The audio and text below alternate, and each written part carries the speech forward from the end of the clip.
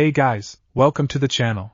As you see in the thumbnail, what if Naruto met Huntress Alicia and married her? Before I start, please do support for more awesome content, and subscribe my channel and like this video. Go support and follow the NHunter for writing that awesome fanfic, and also make sure to comment on this story. Link in the description. Let's start this video. Blonde cerulean-eyed boy of 15 years old in black and orange jacket and black pants with leaf hideate tied around his forehead was running through the forest. He was happy. Tomorrow he finally will be back home, at Konoha. But he and his perverted sensei, who was terribly falling behind him, still had to cover about 200 kilometers. Deciding that he must wait for Jiraiya, Naruto Uzumaki leaped down into the big clearing.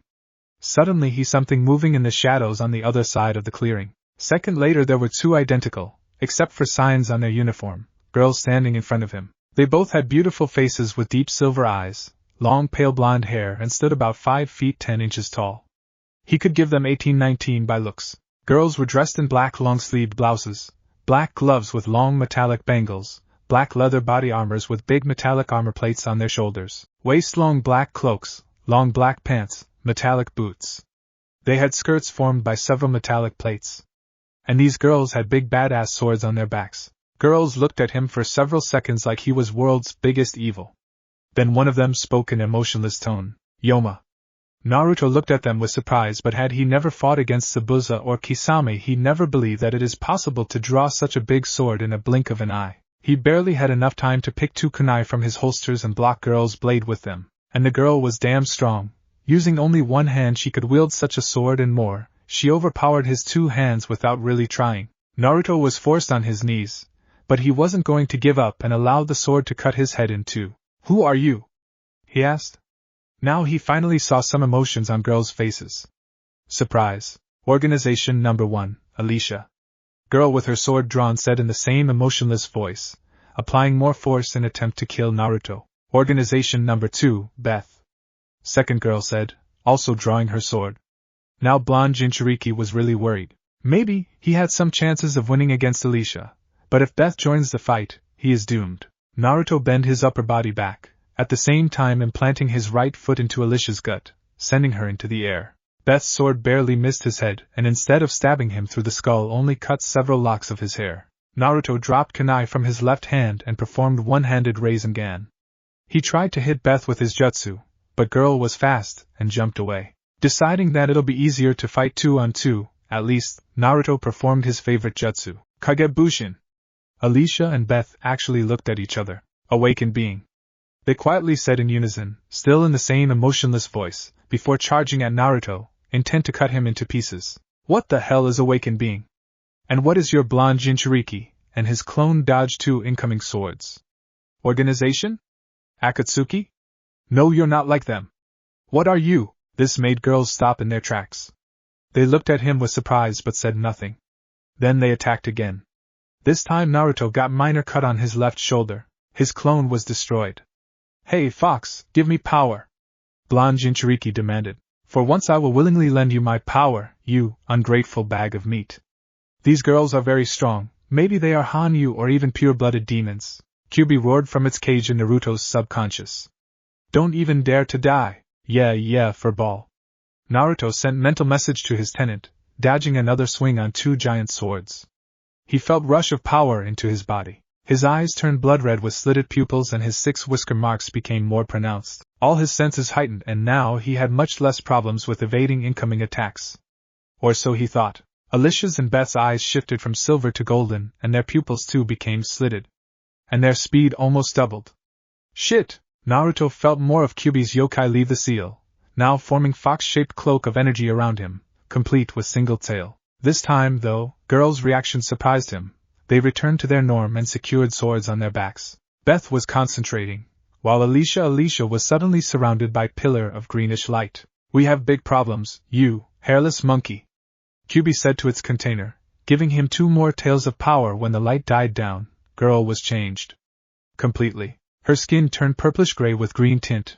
Her face was more like a mask with 2 yellow balls of energy as her eyes. Her hair became something resembling armor plates, and was of the same color as her skin now. Her neck elongated and became more serpentine, even having some scales. Alicia's hands turned into long blades with smaller blades on them.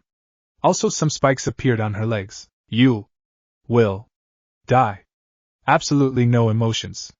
Demonic Alicia dropped from the sight, almost leaving after image. Only thanks to his now demonic instincts Naruto wasn't turned into meat stripes, still his left arm was useless for now. He for sure stood no chance against this changed Alicia without going into incontrollable four-tailed state. The only thing he could do, dodge attacks and pray that Alicia's power won't grow even more. Naruto's eye landed on Beth, who was motionless and in deep concentration. Maybe if I attack her, the other one will be forced to protect her.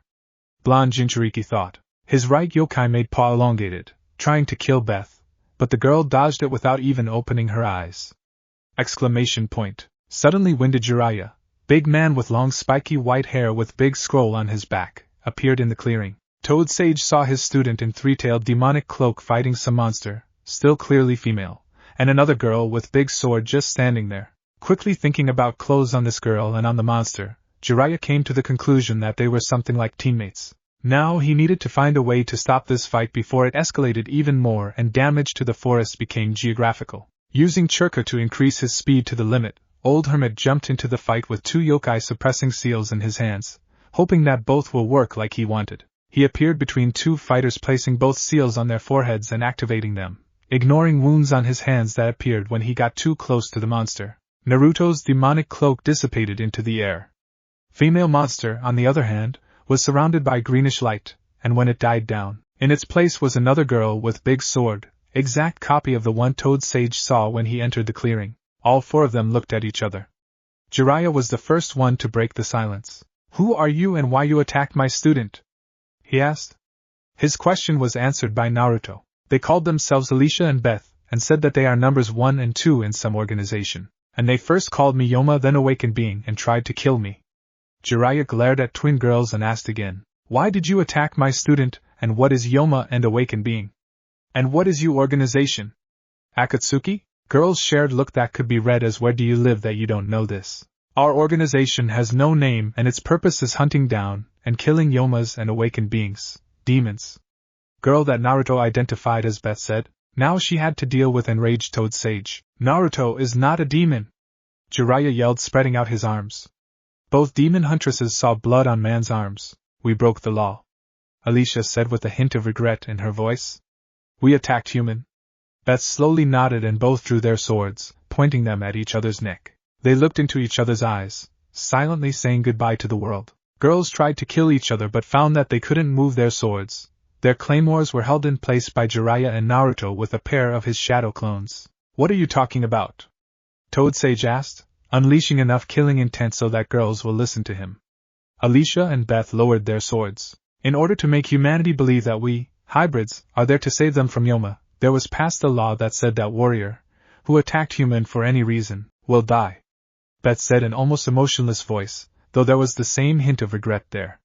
We attacked you, so we must die now. Naruto and Jiraiya reacted immediately, preventing girls from raising their swords. No, you don't! Both males said simultaneously. Girls looked at them surprised. Jiraiya sighed. Back to the question. Naruto is not a demon, though he bears a great burden of being container of the Kyuubi. Sannin paused.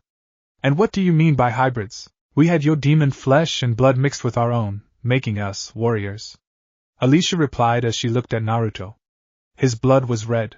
Yoma or Awakened Beings had purple blood and he is container. She repeated Jiraiya's words. He is human too. Jiraiya and Naruto with his clones had to apply a damn lot of force and some killing intent to keep girls' claymores down. No! Naruto said forcefully. Both Alicia and Beth looked at him curiously. You don't have to die just because of one mistake. I don't know where you came from, but you aren't from elemental countries, that's for sure. Toad Sage said. I have the biggest spy network on the continent, yet I never heard about anyone creating warriors like you. He paused. And the last known demon in elemental countries was sealed 15 years ago. It was Kyuubi no Yoko, and it was sealed in Naruto. So we're not in our world? Beth asked. Jiraiya only nodded. Both girls just let their swords fall on the ground and stood there with blank expression on their faces. Naruto didn't knew what to do, but his nature was telling him to go and somehow comfort girls. Acting on this impulse, he came up to girls and hugged them. Alicia and Beth tensed, not used to physical contact. Even among warriors in training they were considered different and lived and trained apart from others, having only each other. No one ever hugged them before, yet it wasn't unpleasant, and soon they relaxed and leaned into Naruto's embrace. Your gold mine, brat, this'll be bestseller ever. Toad Sage exclaimed, fishing notebook out of his pouch. Ero-senin, if I ever find out that you used me or girls in your perverted books, you'll personally find out. How does it feel to get wind-charged Rasengan between your legs? Jiraiya paled at this threat, and put his notepad back into his pouch. But still he tried to memorize what was going on. Maybe he will be able to use it in his book later. Naruto always found his genius books boring, so maybe, just maybe, his apprentice won't read them after all. People were running along the road towards Konohagakure no Sato. Naruto was running first. Alicia and Beth were right behind him and Jiraiya was in the rearward. The reason for them using the road instead of usual for shinobi tree route was simple. Girls, despite their emotions being underdeveloped, picked blonde Jinchuuriki to be their pillar of strength in this world after he comforted them, and now went after him wherever he was heading to. The problem with tree route was rather simple too. While girls were trained good enough to easily keep up with shinobi, they couldn't use chakra and would fall from the trees in no time. Other than these two facts, Naruto and Jiraiya learned several more during yesterday's evening. Alicia and Beth, like all warriors, required only a few hours of sleep every 2-3 days. They had incredible strength and stamina. They weren't affected by almost all known illnesses, could mask any scars and didn't age at all. They were 70 or so years old and spent at least half of their life fighting demons. They had incredible temperature and pain thresholds and they ate almost no food, compared to normal humans or ninja. Plus, from the pieces of information two shinobi were told, girls in front of them were a bit special even among warriors. They were trained mainly to keep their humanity even, while their bodies were in awakened, demonic form. And that was the reason why Alicia's and Beth's emotions and personalities in general were underdeveloped. Finally, after several hours of non-stop running, they finally saw gates of village hidden in the leaves. 15 minutes later the four reached massive gates and stopped in front of guard's booth. While Izumo and Kotetsu had no questions to worldwide legendary Jiraiya and locally legendary Naruto, Alicia and Beth made them a little suspicious. But after Toad Sage assured them that the girls were of no threat to the village, guards let the four enter. Village street were busy as ever. The four were walking towards the Hokage Tower and girls seemed to be surprised by the looks they were receiving, not those of fear, disgust or hate, but more of interest and... But they kept their usual indifferent facades, not really knowing to react to this kind of attention. They also noted that instead of them it was Naruto who was receiving hateful glares from some villagers, but knowing his secret, they could understand it. A bit. After a walk through halls and corridors of Hokage Tower, the four reached Godame's office. Like expected, 5th Hokage was fighting with piles of her paperwork, and was rather pleased with the sudden break in this boring activity. Tsunade's eyes trailed from Jiraiya to his apprentice and then to the two female warrior, who stood just behind blonde Jinchuuriki. So, Naruto-kun, your training with Jiraiya is over, as I see Hokage started, but was interrupted. Yeah, I trained really hard during these 2.5 years, I'm much stronger now. Obachan, he called her, made Tsunade angry, and she threw a thick book from her desk at Naruto. But he caught it without much difficulty, except for the girls, who thought that he was attacked for real and reached for their swords. Alicia, Beth, stand down, it's always like this, like a game. Blonde Jinchuuriki calmed two female warriors down a bit before they could draw their claymores. I hope you are right, Naruto. We'll see how strong you're now tomorrow at training ground. Godame Hokage looked through one of many papers on her desk. Number 17 at 1 p.m. Naruto nodded. Good. Now I think you owe me an explanation. Who are these two ladies behind you and why you brought them to Konoha? Young Jinchuuriki swallowed nervously and started his tale. So Tsunade asked?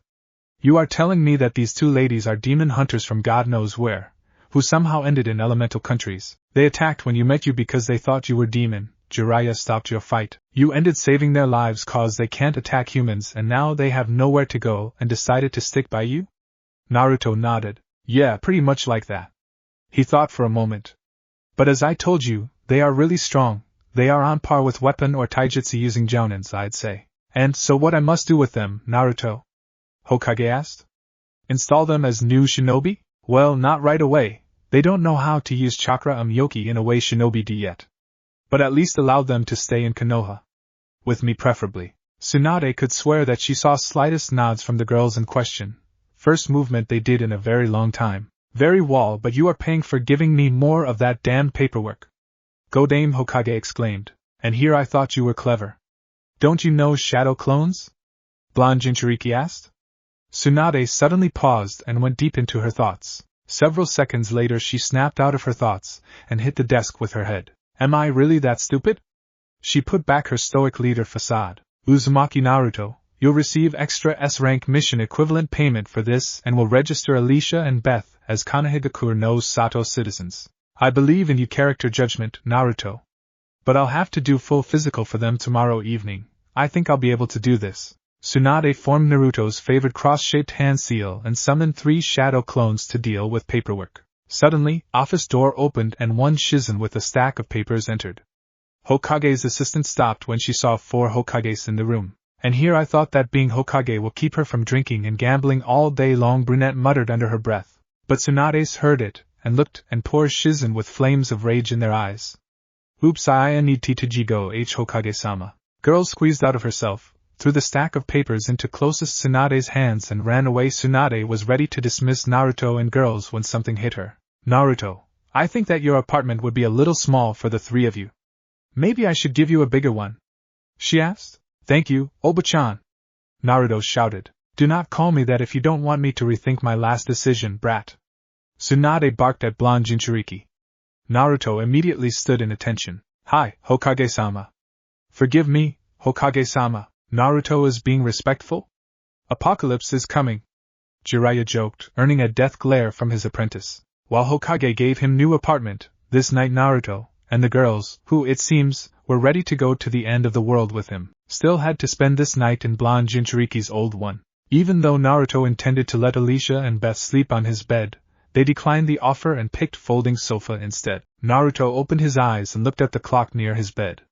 It was only 3:20 in the morning. Deciding to go to kitchen and drink a glass of water, he stood up and saw a scene that made him smile yet made him sad at the same time. Smile from how cute it looked and sad from the reason behind that, illuminated by ethereal silver-white moonlight. Their sisters were with their claymores were lying on the both sides from them in the arm's reach.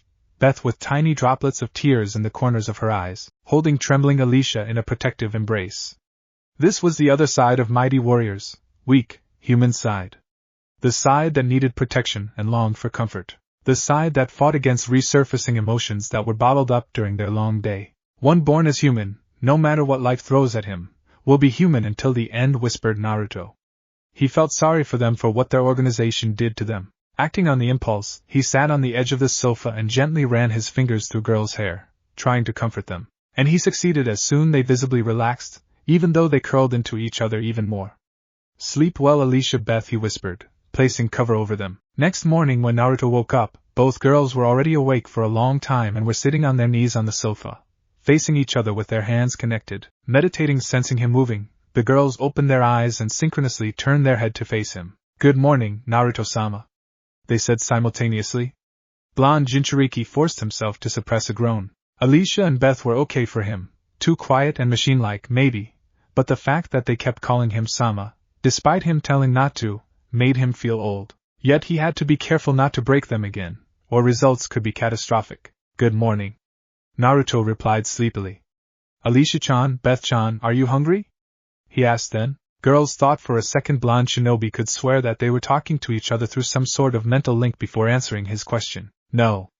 Naruto sighed as he nodded and went to the kitchen to prepare a bowl of ramen for his breakfast, and some tea for all 3 of them. While they were having breakfast, Naruto again took a good look at 2 female warriors, noticing that without their somewhat bulky armor plates on, they looked just like ordinary yet gorgeous girls. Am I ing for them? Young Jinchuuriki asked himself. Yeah, sure, they are beautiful, and strong mates that will give you strong kits. Make them yours while you can. Nine-tailed demon inserted his comment into Naruto's train of thoughts. Certainly, Kyuubi. Jinchuuriki agreed without thinking. Why? Shut up, for ball. If I am to ever be with any of them, I have to earn their love. Naruto continued thinking. Of course, before he went on training trip with Jiraiya, he'd yelled that he will definitely be with Sakura. But now he grew up and had his eyes opened and knew that most likely his pink-haired teammate will only be his teammate, and maybe, surrogate sister. Anyway, I have my test soon, so this isn't the topic I should be thinking about right now. Naruto sighed as he finished his morning ramen. Alicia-chan, Beth-chan, will you stay here, or will you come with me? He asked. And got no response. Oh yeah, I forgot about this. Do you want to come with me to my test? And again he could swear that the girls were talking to each other telepathically or something like that. Yes. Beth gave the answer for both of them. 45 minutes later, Naruto and the girls, again clad in their uniform, complete with claymores secured on their backs, arrived at the training ground number 17. Quite surprisingly, not only Tsunade, Jiraiya and Shizen were there already. Sakura and Kakashi were there too. If I were to guess, Sakura-chan and I will have to take the bells from Kakashi-sensei, or something like that for the text. Young Jinchuuriki thought, actually guessing the test, which was explained by Godame Hokage seconds later. Oh, Naruto, you brought your guests with you? Tsunade asked Naruto. Genin nodded. They decided that they wanted to come with me here. Is something wrong with this? No, nothing wrong, just tell them not to interfere with the test. Hokage said, keeping in mind what happened in her office yesterday when she tried to hit Naruto with a book. Alicia-chan and Beth-chan know that this is the test, don't worry. Naruto replied. Seeing that his conversation with Tsunade was over, Sakura and Kakashi decided that it was the time to ask the question that discomposed them ever since they saw twin warriors. Naruto-kun, won't you tell us who are these young ladies? Silver-haired Jounin asked. This is a long story, so I prefer to tell it sometime after the test. Is this okay? Kapini nodded. If this is all, then let's start the test.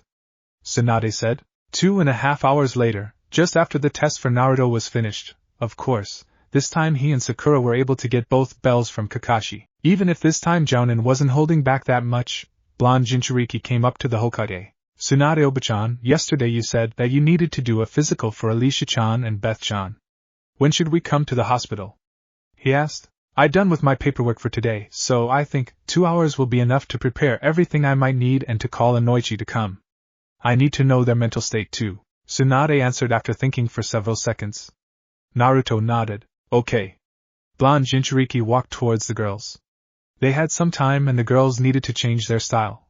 Their uniforms looked beautiful on them, but really weird in this world. Naruto and the girls entered the hospital just several minutes before the appointment with Tsunade. In the last 2 hours, QB Jinchuuriki succeeded in changing Alicia's and Beth's style a bit, while girls still wore metallic boots and black, almost skin-tight pants their organization provided them with.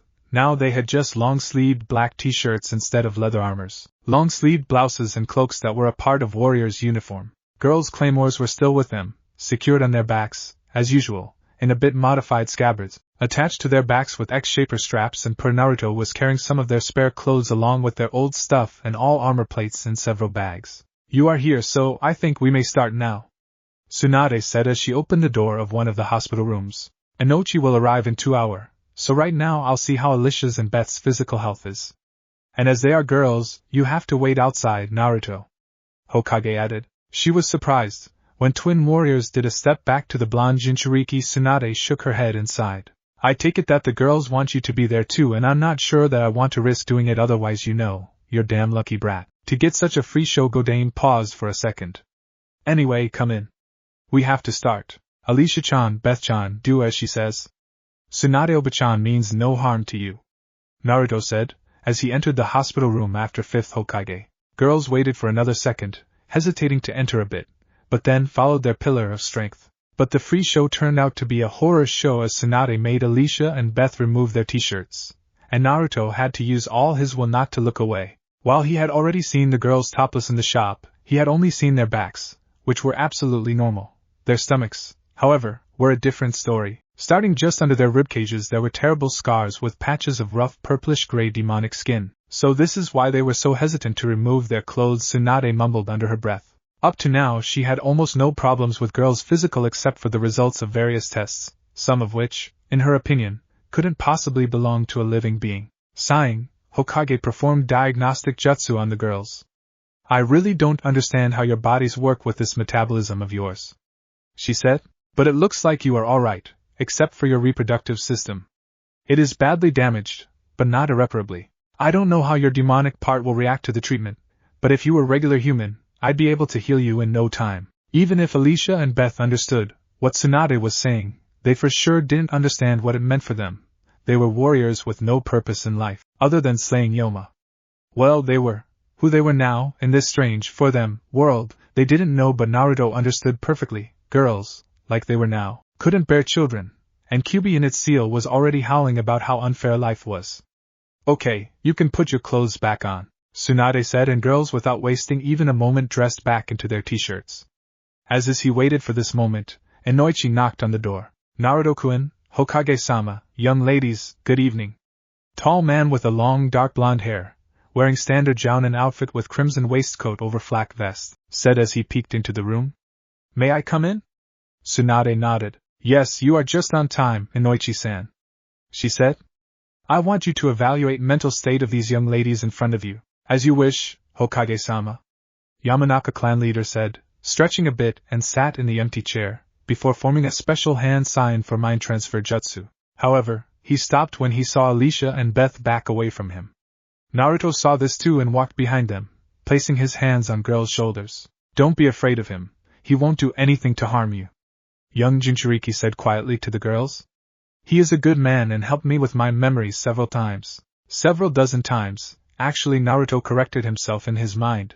Neither Tsunade nor girls needed to know how awful his childhood was. After this, Alicia and Beth relaxed enough for Inoichi to start his task. Shintenshin.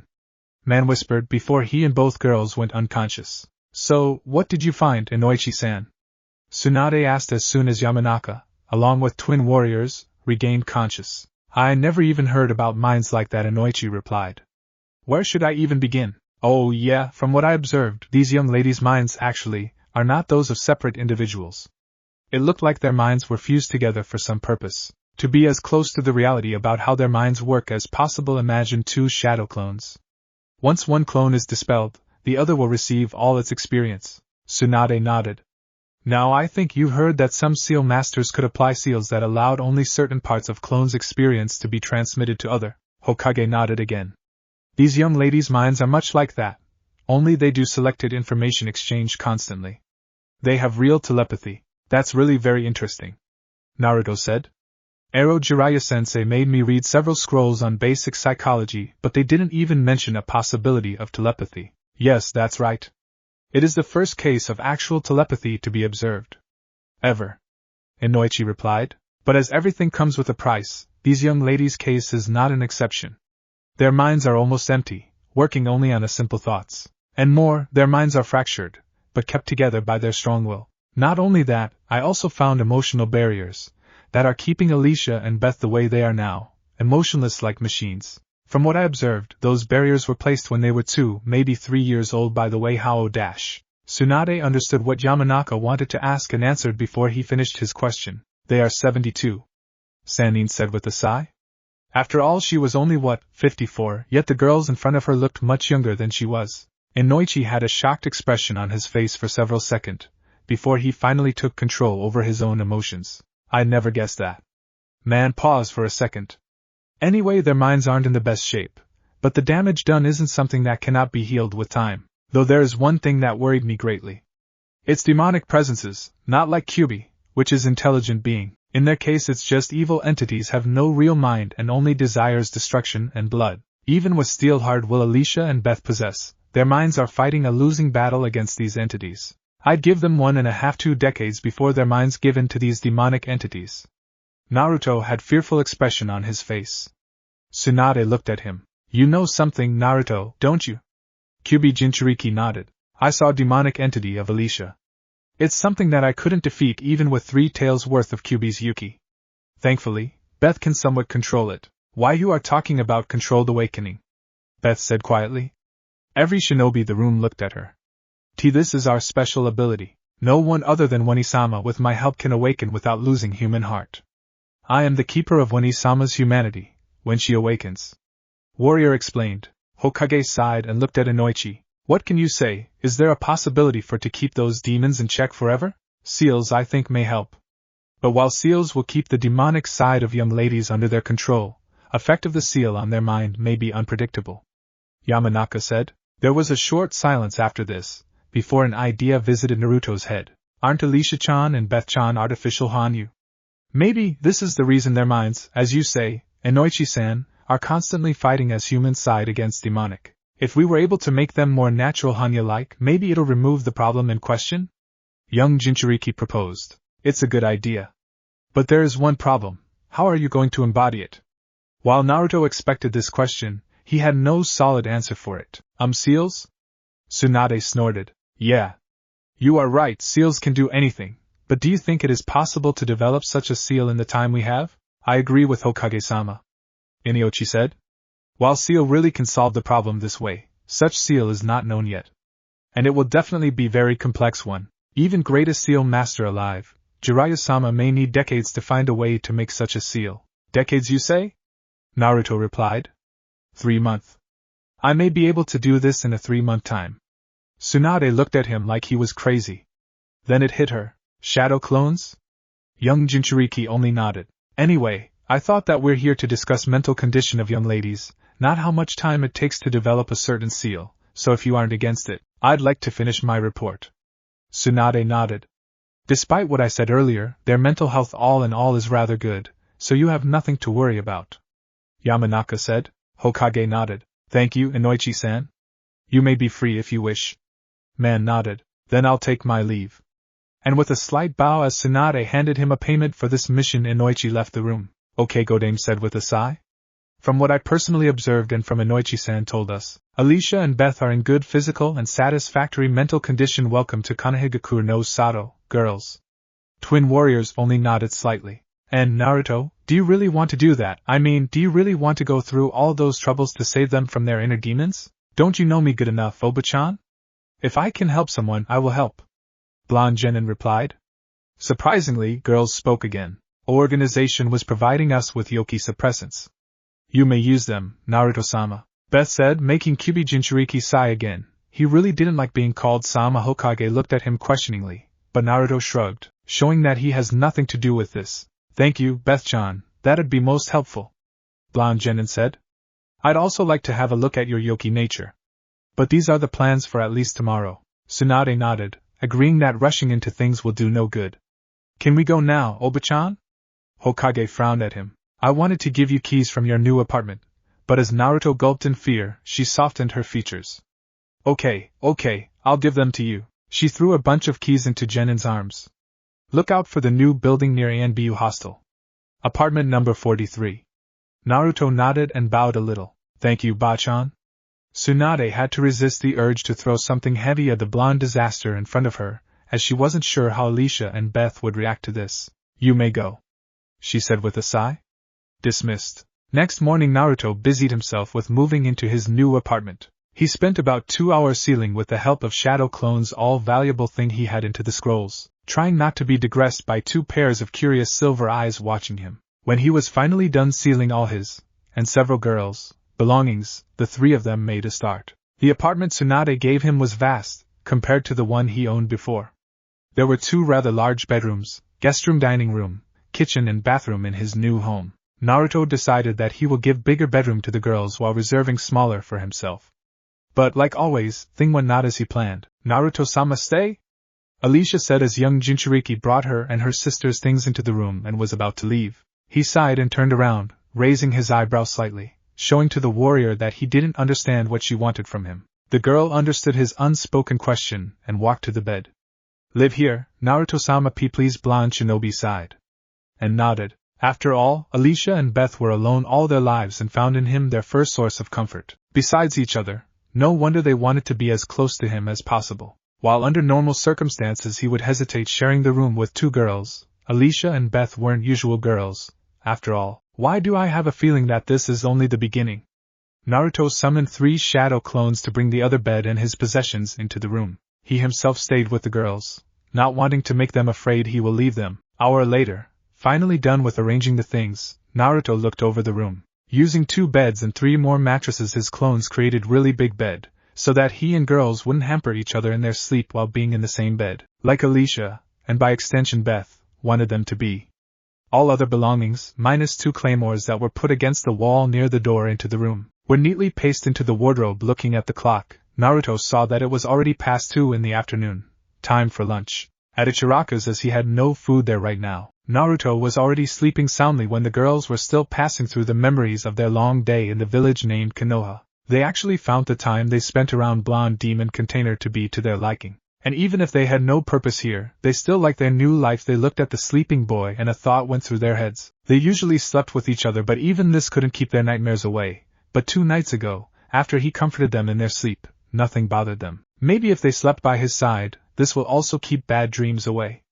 So they crawled to the sprawled boy, Alicia taking place on his right side and Beth on his left. as they lied there warm, unfamiliar feeling washed over them. Is this what people call home? Girls thought as they entered the land of dreams. And I also have a small bonus for you. If you visited my profile recently, you might have seen challenges I put there. One of them was Irene raised Naruto while I had some inspiration there and scribbled a teaser for the story I might write. Winter this year was very cold, and even now, 3 months after winter solstice, weather was trying to freeze humans to death with small prickly snow that was constantly falling from low gray sky, and strong cold winds. Yet, even in this weather there were travelers on the roads, 2 pairs of figures, clad in almost identical dark gray cloaks with their faces hidden by the hoods, entered small village in the eastern lands. If one was enough observant, he would see that there was a grown woman in each pair, a grown woman with giant sword hidden under her cloak to be exact. Each woman also had a teen as companion, but nothing more could be said at this point, as the village travelers entered was small, just 2 streets and about 2 dozens of houses. The pairs were bound to meet each other, and they met faster than any unlucky villager who was outside and could see this. Women drew their swords and attacked each other. Their blades met with a loud clang. Did organization send you to finish me off? They asked synchronously. Upon hearing each other's question and voice, they lowered their claymores. Teresa? Irene? Indeed, as they revealed their faces, they recognized old battle friends in each other. Women simultaneously looked at the teens that were traveling with them. The boy that came with Irene had twin, dangerously glowing with red malevolent aura, daggers and reverse grip in his hands. Teresa's companion held a short sword in front of her with both hands. Claire? Elf-like looking warrior, Irene said, and the girl looked up at her. Naruto, stand down. We are not fighting here. After waiting for several seconds, boy named Naruto let the aura around his daggers to dissipate into the air, before he sheathed his weapons. Claire too sheathed her sword then, and there was awkward silence for some time, until Teresa spoke. Let's drop in the inn, she proposed, pointing at the only inn in the village. As the 4 entered the inn, they sat down to table, warrior facing warrior and teen facing teen. And as every one of them removed cloaks, one could see more details about them. The one who stood out most was Naruto, Irene's surrogate son. He was barely 13 years old boy, who had unruly golden hair, cerulean eyes and 6 whisker-like marks on his cheeks. He was wearing black sheepskin coat over light brown, almost orange, jacket, warm brown pants with sheaths for his daggers attached to them, and warm boots. His gloves were lying on his backpack just behind his back. So you're Claire? Irene Okasan told me a lot about the girl who warmed Warrior's heart, he said, making the girl blush a bit. Claire was about 16-17 years old girl, only inch or 2 taller than Naruto, with brown eyes and light brown waist-long hair. She was dressed in gray sweater, long brown skirt over warm pants, and rather short brown boots with fur list on a small heels. Her sword was attached to her waist on the left side. Nice to meet you, Naruto said, making her blush a bit more. Nice to meet you too, and Naruto-san, Claire responded. As teen were learning each other, warriors were talking about their own things. Separator, Teresa, how did you survive? I thought I was the only warrior alive to come out of that battle. Number 3 of the organization, Quick Sword Irene asked. She was dressed in the dark brown bodysuit with lots of straps, and heeled boots of the same dark blonde color with more straps. On her left hip there was an armor plate. All in all, her clothes along with her pointy ears made her look like an elf. Number 1, Teresa of the faint smile, chuckled softly. I guess I was lucky that day 6.5 years ago. Woman moved her hair, showing nasty scar on the left side of her neck. The scar that even warrior's power couldn't completely heal. This was the scar that the strongest awakened being in the annals of history, Priscilla, gave her in the battle. Yeah, if I were even a little bit slower, I'd be dead. I'm really sorry that Sophie and Noelle died that day. Teresa brushed her hair back, hiding the scar behind them, and she again looked like a beautiful woman a little older than 20. Like Irene, she was dressed rather lightly, in dark gray battle kimono with intricate incuts of chain mail, forming 2 dancing Chinese dragons, and, like her ward, Teresa was wearing boots with fur list on small heels, only dark gray. But tell me what, Irene, was it hallucination, or I really did feel yoki coming from that Naruto boy? Yes, Naruto-kun really does have yoki, but he is neither Yoma nor he is anything like us. I never understood how, but his yoki comes from the strange tattoo that sometimes appears on his stomach. Irene answered after waiter took their orders, and he tells that there is giant fox with 9 tails inside him. Weird, indeed. Teresa nodded. So you two are on the run from the organization? Maybe we should stick together? Naruto woke up next morning. Alicia and Beth were both up and, like yesterday, were sitting on the bed, facing each other, meditating. Though, something was telling the boy that this night the girls slept by his side. And if bed sheets were any indication, that was true, but, all in all, he didn't mind it. After getting ready for the day, the Kyuubi Jinchuuriki summoned single shadow clone and sent it to find Jiraiya. And just as the blonde trio finished the breakfast Naruto made, Toad Sage landed onto kitchen windowsill, carrying 3 extra, quite large scrolls. Had a good night with your girlfriends, Gaki? Man asked, entering his apprentice's flat through the window. Why? It's not. Naruto immediately responded with a noticeable blush finding its way onto his face. But Jiraiya interrupted him. These are the seals you asked me to do yesterday. It took a lot of me to complete all 3 Yoki analyzers in one day, so you better not waste any of them. Naruto nodded and took the scrolls from old pervert's hands. Laying the scrolls on the floor, blonde shinobi unrolled them and took a quick glance at the seal to make sure that they were the same. Satisfied, he activated one of the seals and stepped into it, pouring some of Kyuubi's Yoki out of his body. The seal sucked red energy into itself and glowed pale blue before returning to its original black color. Only now, instead of empty place in the center, where Naruto stood, there was a complex diagram. Nodding to himself, blonde Jinchuuriki stepped out of the seal and rolled the scroll back. Summoning a brush and an inkwell from the seal on his right hand, he labeled the scroll with his name. Thank you, Jiraiya Senin. Ignoring Man's comment on the lack of respect in him, Naruto turned to the girls, who had watched the whole thing with the scrolls with the hints of curiosity on their faces.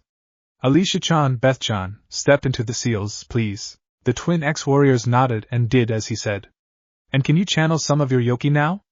The girls nodded again and then closed their silver eyes, concentrating. As they accessed their Yoki, it was immediately absorbed by the seals. Naruto and Jiraiya could see it as a green mist-like energy being sucked into the complex array of symbols. You can stop now, Kyuubi Jinchuuriki said when the seals formed the diagrams. Understanding that they had to move out of his way, Alicia and Beth stepped out of the seals and walked aside as Bon Shinobi kneeled between the scrolls with the seals. Naruto looked through formed diagrams. At the first look they seemed exactly the same, which was to be expected since the girls were twins and, most probably, were given the flesh of the same Yoma demon. But as he looked closer, he found small differences here and there. Nodding to himself again, Naruto rolled these scrolls too, labeling them with girls' names. The first part is done, he said quietly, putting all 3 scrolls against the kitchen wall. Want some tea, Erosenin? Young Jinchuuriki asked. That's Jiraiya-sama, Gaki. Thank you, but no, I have a research to do. The Toad Senin replied, before vanishing in a swirl of wind and leaves. Is it even possible to get it out of this? Naruto asked himself in his thoughts. It was already lunchtime, which meant he spent at least 4 hours over his own Yoki diagram trying to find a way to comprehend what to do with this next. Surely, there were affinities, potential, effects and more about Yoki on the diagram. But what wasn't there? How does all this is related with being human, or not in the body? Finally deciding that it was enough for now, he summoned 5 clones to brainstorm the problem and then went to the kitchen to make a lunch for himself. One big bowl of instant ramen later, Kyuubi Jinchuuriki returned to the bedroom. The girls were still meditating, sitting on the bed. But as soon as he stepped through the door, they opened their silver eyes and looked at him. They wanted something, but were they shy? We need to train, and Naruto-sama, Alicia said finally, after several seconds of awkward silence, causing blonde shinobi to sigh. He really hated all this Sama stuff. Sighing again, Naruto ran this idea in his head. And it was a good idea. Shinobi world was unpredictable, and if the girls were to survive there, they needed to be strong. Plus he himself was slacking too much recently. The 3 of them needed to train. Only where? Deciding that the best way was just to occupy the first not currently used by someone else they come across, he nodded. Let's go then, Alicia-chan, Beth-chan.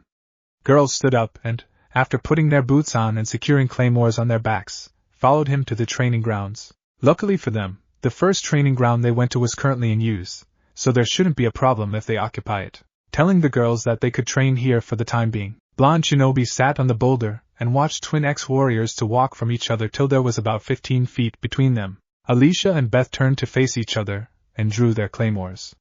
Then they became blurs of black, silver and pale blonde. Only this and fountains of sparks from the claymores meeting each other. Naruto summoned some of Kyuubi's Yoki to his eyes and whirled around became much more clear. He could now see girls' movement. He needed to see how they fought. Alicia and Beth were too dependable on him right now, and if he was to go on a mission, they'd have to go with him. And while on a mission, you needed to know what to expect from the people you are teamed with, or, mind if I watch the show too? Male voice asked from behind. This snapped Naruto back to reality. He was watching the girls training so closely that he lost the awareness of what was going on around him. No, I don't mind, Kakashi-sensei. Blonde Shinobi replied, looking up at his mentor. Silver-haired Jounin closed his orange book and uncovered Obito's gift. His own eye couldn't keep up with the girls' movements. There was a minute of silence as two ninja watched twins spar. Aren't they the girls that were with you 2 days ago, when we had that belt test? Naruto nodded. They are really good swordsmen. Maybe the best in the Konoha. I dare say any shinobi will have problems taking them on. No, Kakashi-sensei. While in terms of strength you're right, Alicia-chan and Beth-chan were taught to never raise their swords against humans, even if they only try to defend themselves. Their strength is only to be used to slay demons. Jounin nodded in understanding. The world where the girls came from was really ed up. But do you know how strong they really are? Naruto nodded. Even with 3 tails of Kyuubi's power, all I can do against them, try to dodge Alicia's attacks. Young Jinchuuriki confessed. Alicia's attacks? But what about the other girl? Kakashi asked, confused a bit. Let's say that Alicia can turn into demon of incredible power, but to keep her heart human and to revert her back from demon form, her sister is needed. Beth can't fight while she tames Alicia. Blonde Shinobi sighed. It is really hard to explain with words. He looked at the girls and saw that they stopped their spar and secured their claymores on their backs. Just watch. One of the twins, Beth, closed her eyes and concentrated. Moments later, pillar of green yoki exploded from Alicia's body. When it died down, Alicia was in her awakened form. While Naruto had already seen her like this, Kakashi hadn't. Silver-haired Jounin looked interested in girl's transformation and afraid of it at the same time. Watch closely now. As soon as these words left Naruto's lips, Alicia turned into the blur, advancing towards one of the single trees in the clearing at inhuman speed, and dashed past it. Second later, poor tree fell apart as a rain of wooden debris. This is their power, Kyuubi Jinchuuriki said. Amazing. Copycat Nin agreed, awe-stricken. But don't think that they got this power for free, Kakashi-sensei. Not only they were turned into half-humans, half-demons, they were robbed of their emotions and their minds. They were created to be perfect war machines. Naruto watched awakened Alicia go through several more attack patterns, but they are healing from those wounds and regaining their emotions now. They still can be humans in mind and soul. He paused for a moment. And just maybe I'll be able to do more for them. No one deserves the fate of living weapons. Silver-haired Jounin nodded in understanding. By this time Alicia finished her training in awakened form and, with Beth's help, of course, reverted back to human form. First, the blades that were in place of her hands morphed back to human hands, as perfect as they were before this training session. Then armor plates that came from her head turned to those marvelous pale blonde locks, and her almost doll-like beautiful face replaced the purplish-gray mask of demons. The rest of her body too returned to human form. Alicia was again a beautiful girl. Naruto turned to Beth. While her sister was perfectly fine even after such a training, number 2 looked tired. She was trying to catch her breath and there was some sweat on her forehead. Keeping Alicia's heart human while she was awakened wasn't an easy task after all. What are you going to do now, Naruto? Kakashi asked, looking at his student. I was slacking off for far too long, need to train. Mind if we spar? Kyuubi Jinchuuriki replied. No problems there. Copycat Nin noticed that Naruto was looking at the small lake that was a part of this training ground. You want to spar there? Blonde Shinobi nodded. Yeah, should be a good training. 2 ninja walked to the lake and took their fighting stances, 7 meters between them, on the water surface. For several moments they just stood motionlessly, and they sprang into the action. Maybe they weren't as fast as twin ex-warriors that were currently resting under the tree, but they had their jutsu to make up for that. Almost an hour later Beth watched as a bit beaten and positively tired silver-haired Jounin walked towards the boulder near the tree under which she and her Wenisama were sitting. Naruto, and several of his shadow cloned, were still training. Still standing on the surface of the lake. This ability of his made her curious. Not seeing any way he could do this with what was visible, Beth came to conclusion that he had to be using Yoki no, not Yoki, chakra. Concentrating, she tried to sense Naruto-sama's chakra.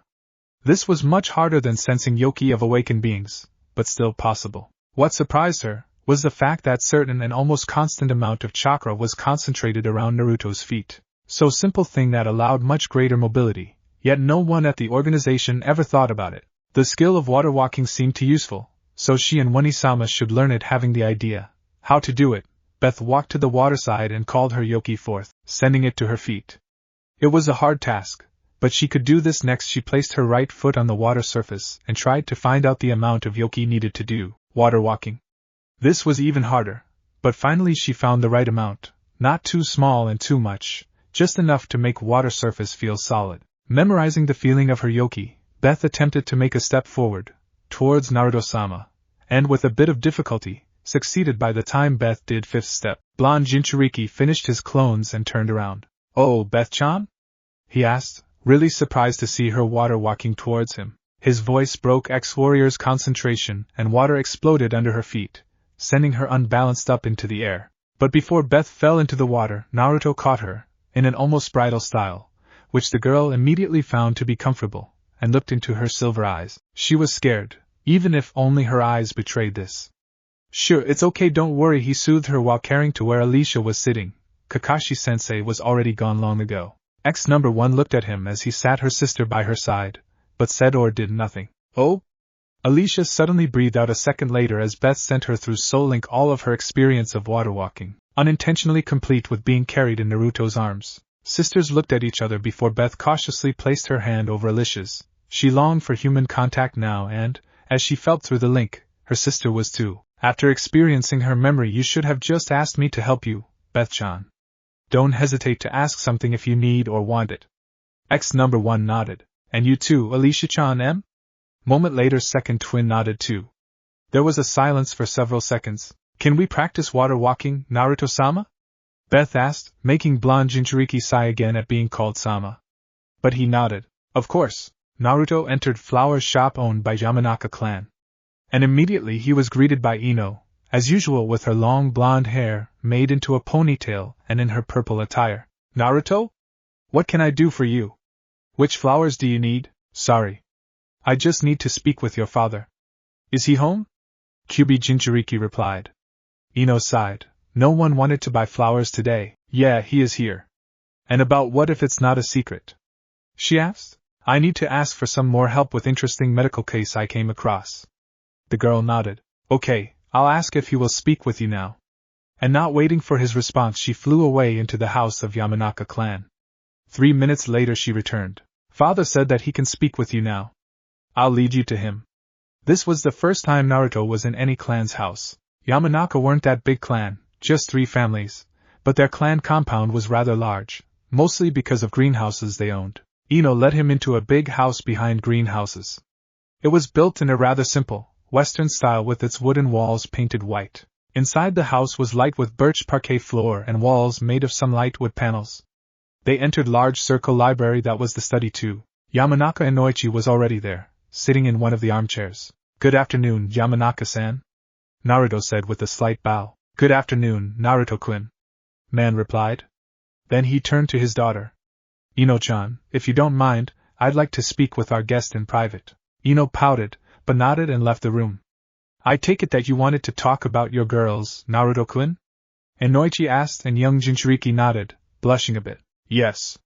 You see, they are too dependent on me right now.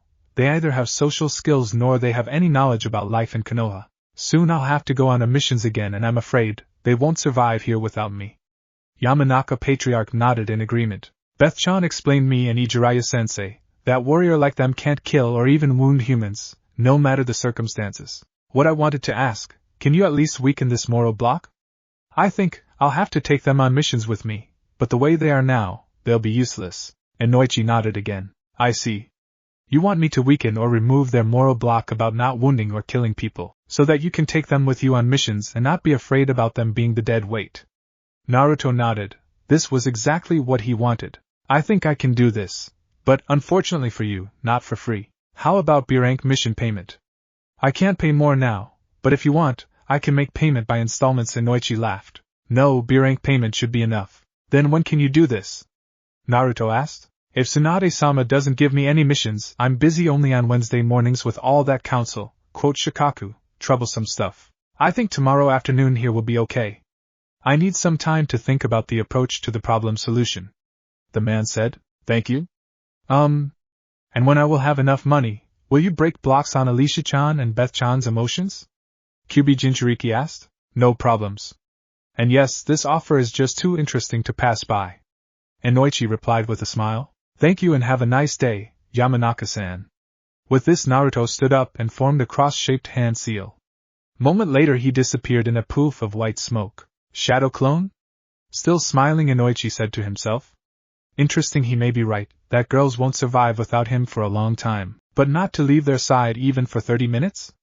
Looks like our demon brat Yamanaka Patriarch chuckled. As a master of mind techniques he, of course, knew that Naruto was his own person and not the demon that was sealed in his body. Has a thing for two beautiful demon slayers just as much as they fell for him, and neither of them know it, heh? It'd be an interesting relationship to watch. Several days later, Naruto, Inoichi and the girls were standing in front of Godame Hokage. So why did you wish to see me, Naruto? Tsunade asked, looking straight into blonde Jinchuuriki's eyes, making him feel a little uneasy. Well, Oba-chan, show me some respect, Gaki.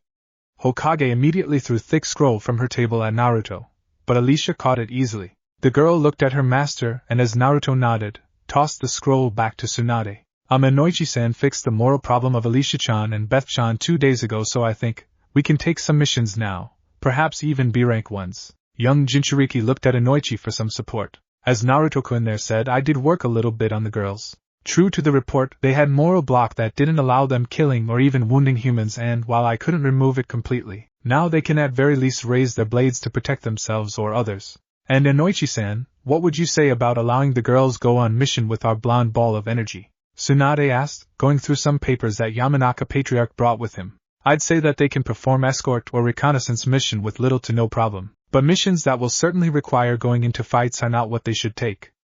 Hokage nodded. Thank you, Inoichi-san. If this is all, you're free to go.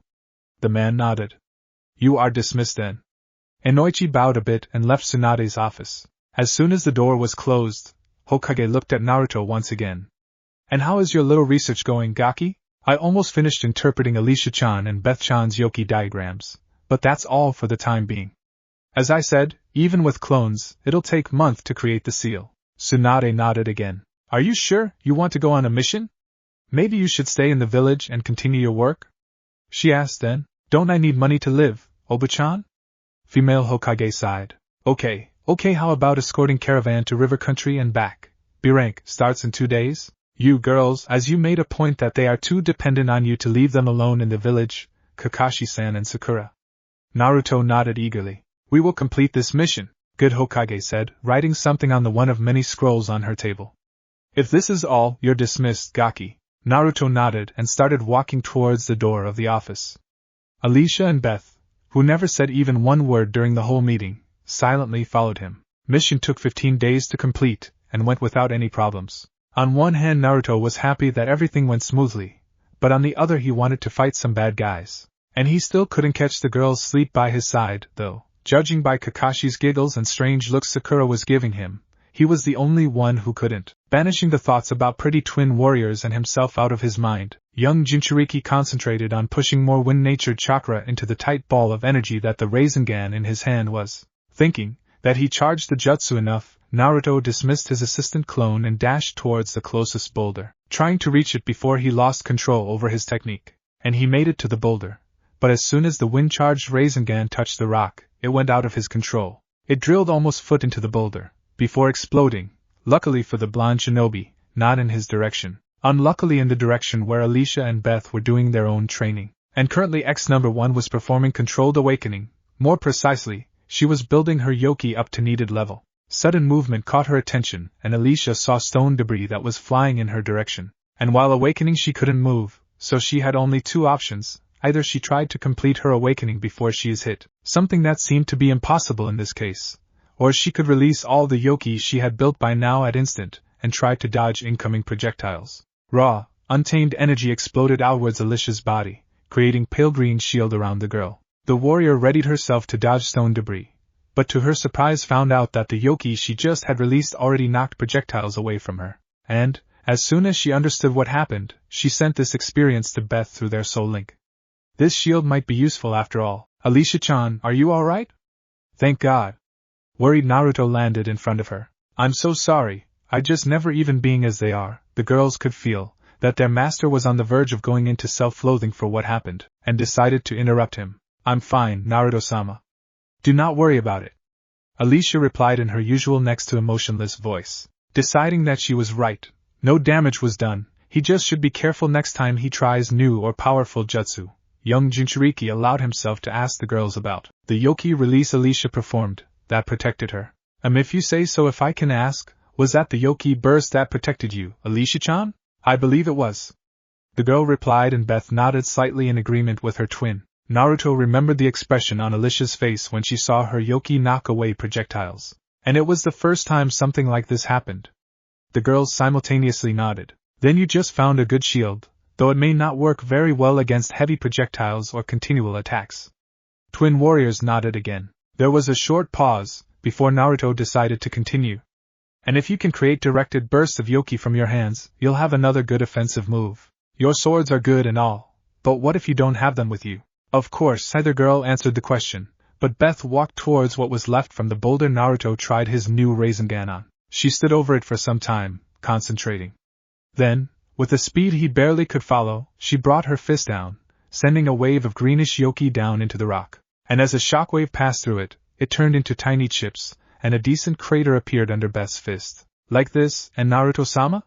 The girl asked, and young Jinchuuriki nodded uneasily. Remind me to never be on the receiving end of your punches, Beth-chan. During the next week the girls, if not mastered their Yoki shields and enchanted punches, at very least brought them to the level where they could be used in the real combat. Naruto would let them perfect the techniques on his shadow clones, but with more than 100 of them working almost non-stop on the seals, he was a bit short on chakra for that. Naruto and the girls were walking towards training grounds for their morning training, when Kyuubi Jinchuuriki spotted Big Brown Hawk, looking rather tired, flying towards Hokage Tower.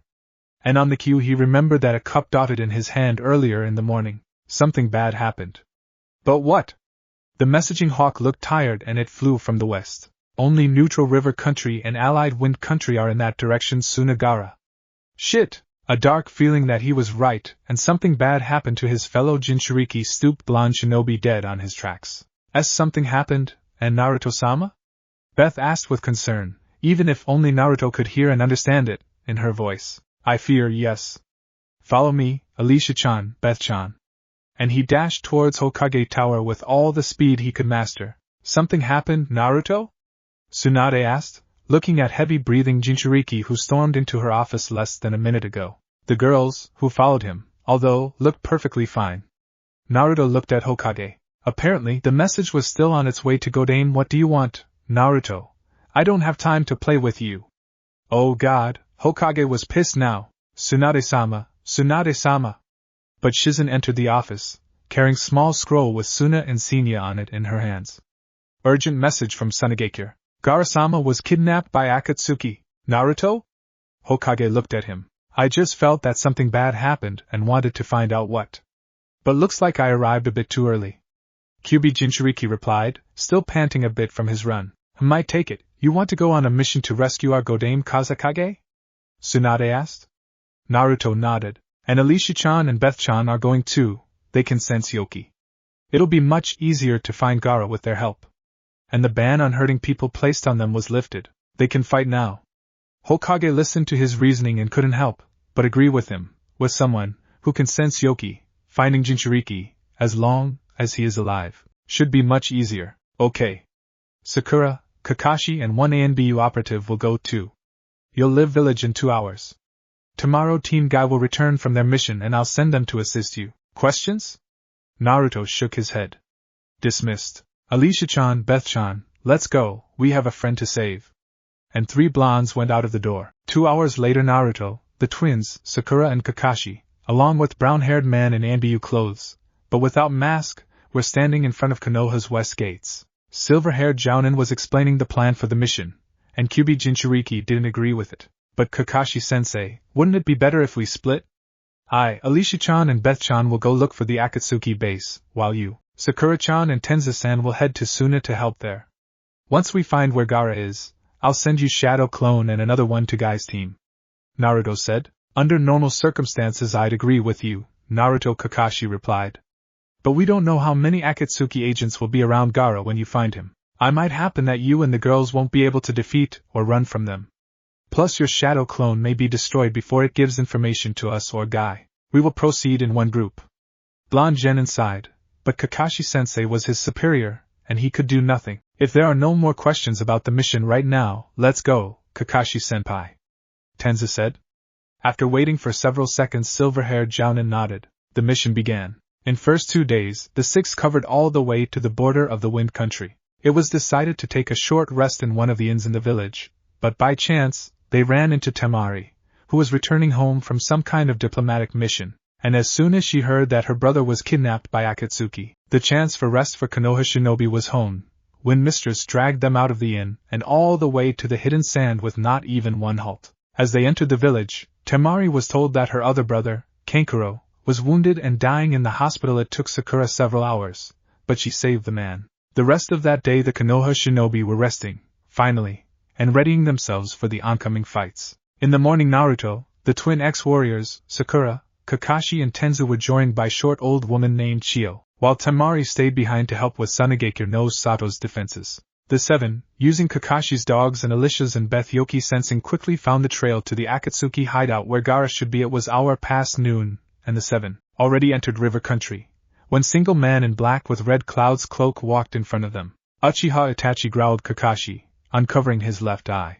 Good day to you too, Kakashi-senpai. Naruto-kun, you are there too? What a pleasant surprise. Then he looked at Alicia and Beth, and who might these beauties be? They have an aura of strength, yet I never even heard about them. What do you want? Silver-haired Jounin said angrily. I just have to delay you. We almost finished the procedure, and your interference isn't what we need right now. As Naruto heard him, he felt hot waves of malice wash over him. His eyes turned crimson with slitted pupil. His fangs and nails elongated and sharpened. The ex-warriors felt the increase of Yoki level in their master and got ready to draw their claymores, but were stopped. Don't. I'll be fine. Kyubi Jinchuuriki roared. Sakura-chan, Kakashi-sensei, cover me. Two shinobi nodded and got ready. Alicia-chan, Beth-chan, your help will be needed too. Moment after twins confirmed that they understood him, Naruto dropped from everybody's sight. When this happened, Sakura brought her fist down, causing the ground to tremble, and Itachi to lose his balance. Katon, Ryuka! Kakashi exhaled a long stream of fire, exploiting the opening. But, of course, Itachi wasn't S-rank ninja for nothing and evaded the attack. Akai Rasengan! 6 Narutos with dark orange Rasengans jumped at Akatsuki member from all directions from beneath the ground, but again, Itachi dodged all attacks. Now, Naruto's demonic voice said from behind, forcing Itachi to turn around. Last thing Itachi saw were grinning Naruto and 2 Yoki-amplified punches from Alicia and Beth. The girls that were standing with the rest of the group exploded into clouds of white smoke, revealing themselves as hinged shadow clones. Good work, Naruto. You'll be good team leader. Kakashi praised his student. Then there was another poof of smoke and Itachi's body, broken by girls' attack, changed into the one of Suna Ninja. Yura? I'd never guessed that he was working for the Akatsuki, Chio said, looking at the man. I think we should hurry and try to save Gaara until it's too late. Naruto interrupted her, and everybody agreed with him. The 7 continued on their way to save Gaara. An hour later they finally reached Akatsuki hideout. It was a cave with the entrance blocked by steel-reinforced giant stone. Just several seconds after them Team Guy arrived. They looked like they too had a fight with a strong enemy. And they had it worse than the 7, but still they were ready to go on with this mission. Kakashi, my eternal rival, you arrived here before me? Now I'll have to run 100 laps around Konoha on my arm to restore my flames of youth. Joinin in green spandex shouted. I'll join you, Guy-sensei. And if I can't do this, I'll do 1,000 push-ups. His Chunin clone named Rock Lee joined him. Of course, my youthful student. And if we, Kakashi coughed, interrupting the duo, I think we should save Gaara-san first. Silver-haired Jounin said, earning a nod from everybody. The entrance of the cave if blocked by 5 seal barrier. In order to remove it, all 5 seals must be removed at the same time.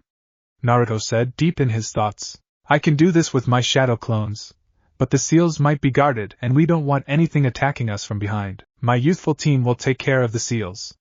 We should use radio to remove the seals simultaneously. Guy said. Niji, can you find 4 other seals for us? Hyuga boy nodded and, activating his eyes, gave the coordinates.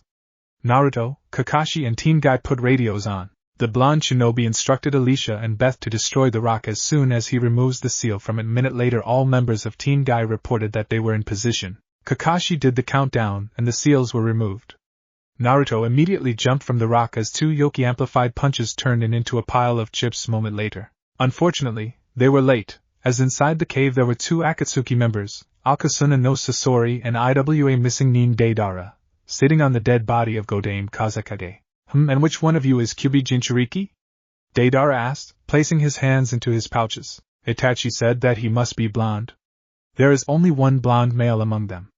Sasori replied in mechanical voice, baring his scorpion tail. Can I turn the rest of them into the art, Sasori no Dana? Can I? Mad Bomber asked, creating big ugly clay bird and making it swallow Gaara's body. There is only one form of the art in the world. And it is my art. Now be gone, you'll hinder me there. Deidara let out a chinen sound, jumped onto his bird and flew out of the cave. What will we do now? Kakashi asked. I, Alicia-chan, Beth-chan and I suppose, Chio-san will stay here and fight Sasori. You, Tenza-san and Sakura-chan should go after Deidara. Naruto replied. Can I ask why? Silver-haired Jounin inquired. It's simple, you three are the best against him. Deidara uses earth-style attacks, so your lightning jutsu will be most effective against him, Kakashi-sensei. Tenza-san will provide you with defenses against his bombs and Sakura-chan will heal any wounds you'll receive. Kakashi nodded. Alright. Let's go. Wait a second. Sakura gave Naruto two cylindrical objects. Use them wisely. They are working for only 3 minutes. The blonde Jinchuuriki nodded. Thank you. And then 3 ninjas were gone. So, this means I'll fight you for. Not the best case scenario, right, Ba-san? Sasori said, before launching several kunai at Naruto, the girls and Chio. In a blink of an eye Alicia drew her claymore and swung it in a full circle, knocking all the projectiles away. So, we have a good swordsman here. Nice. My collection needs more puppets. This time Akatsuki Puppet Master launched a hail of Saban needles from the device on his left hand. Now Alicia and Beth had to work together to deflect the attack with their Yoki bursts. Don't you think, it is our turn to attack now, oh great Sasori no Dana? Naruto asked mockingly, flashing through short sequence of hand seals. Futon, Kaze no Yaiba! A pale arc of wind blade was sent in Sasori's direction, but soon a missing Nin jumped out of the jutsu's way with no problem. Chio-san, can you sidetrack his attention for several seconds? Something doesn't feel right about him, and I want to find out what. Old woman nodded and produced 5 kunai on a string. Kunai hanged in the air for a second, before being launched by invisible force into Sasori. Again Akatsuki Puppeteer dodged the attack. What did you find out, Naruto-san? What we see is nothing more than an outer shell, puppet, controlled from inside. In it, there is another puppet-like body. Actually, the only living part of him is chakra core, and the bare minimum needed for it to be working. Blonde Jinchuuriki replied. Very good, you are the first one to find out my secret so fast. But will it help you? Sasori said. Of course. Naruto replied, forming cross-shaped hand seal Kagebushin. 2 dozens of shadow clones appeared in front of the 4, and were almost immediately wiped out by the hail of kunai. When the smoke from clones dissipated, there were no one there. Suddenly Sasori had to block with his tail single kunai aimed at Hiroko's midsection, where his real body was. Turning around he saw Naruto and Chio there. Before he could move out of their way, Alicia and Beth attacked him from the sides with Yoki-amplified punches. Just a blink of an eye before Hiroko was destroyed, Sasori's real body jumped out of now useless puppet. I see I had underestimated you, but this will never happen again. Sasori, who now looked like a redhead teenager, still in Akatsuki cloak, said, summoning a big puppet in dark cloak. I am possible. You killed Sandaime? Chio asked, recognizing missing Kazekage in the puppet. Akatsuki Puppeteer replied nothing. Sandaime Kazekage of the Iron Sand? Naruto asked with slight fear in his voice. Chio nodded, and at the same time gray metallic sand, that was appearing out of nowhere, started forming hanging in the air blades. This is very bad. Alicia-chan, treat our enemy as if he is the demon. Very strong demon. I and Chio-san will protect Beth-chan. The girls nodded. Yes, Naruto-sama. Beth moved behind her master and his ally and concentrated. Moments later green Yoki exploded out of Alicia's body and when it died down, X-1 was in her awakened form. Choosing her to be his primary target, Sasori sent iron sand blocks in her direction, trying to crush her. But Alicia sliced them with her scythe-like blades like hot knife slices butter. My, you are really interesting girl. And you will be very strong puppet once I finish with you. Soon a missing Nin said, sending a hail of conjured kunai into Alicia, but she dodged all of them and started advancing towards the puppet of Sandaime Kazekage. Sensing that his precious puppet was in danger, Sasori was sending attack after attack into Alicia, but she either evaded them or sliced her way through. You damn monster! Now clearly seeing that he won't be able to save his piece of art, Sasori decided to self-destruct the puppet. Unfortunately for him, Alicia's blades cut it into pieces before his command reached it. If that was your best puppet, Sasori no Dana Naruto mocked Akatsuki puppeteer. You've already lost the battle. Redhead only laughed in response. Don't be ridiculous, Naruto-san, my best puppet is myself. Dodging Alicia's attack, Sasori threw his cloak away, finally showing what was hidden under it. In place where normal human must have guts, he had coiled hose with sharp needle-like tip. Right side of his chest had an opening, covered with a lid, and in the left side there was installed cylinder that contained all his biological parts. On his back Sasori had 2 sets of big blades and 3 sealing scrolls. The top scroll glowed dangerously, and seeing that, Beth told her sister through the soul link to get the hell out of there. Only this message saved X-1 from being incinerated by the fire that came from Sasori's palms. He kept Naruto, Chio and Beth hiding behind the rock and at the same time tried to burn Alicia. But the girl was too fast for him, deciding that it had better to have her on defensive too. Sasori switched to water cannon and attacked 3 other opponents with thin stream of water. The one then was able to cut through stones. Shit! Naruto jumped away, trying to avoid being cut in 2 by the water. Still, he got rather bad wound on his side. From behind him Beth hissed in pain as she just lost her right wrist to the attack. Thankfully, at the same time Alicia managed to get inside Sasori's defenses and destroyed his fire/water stream launchers.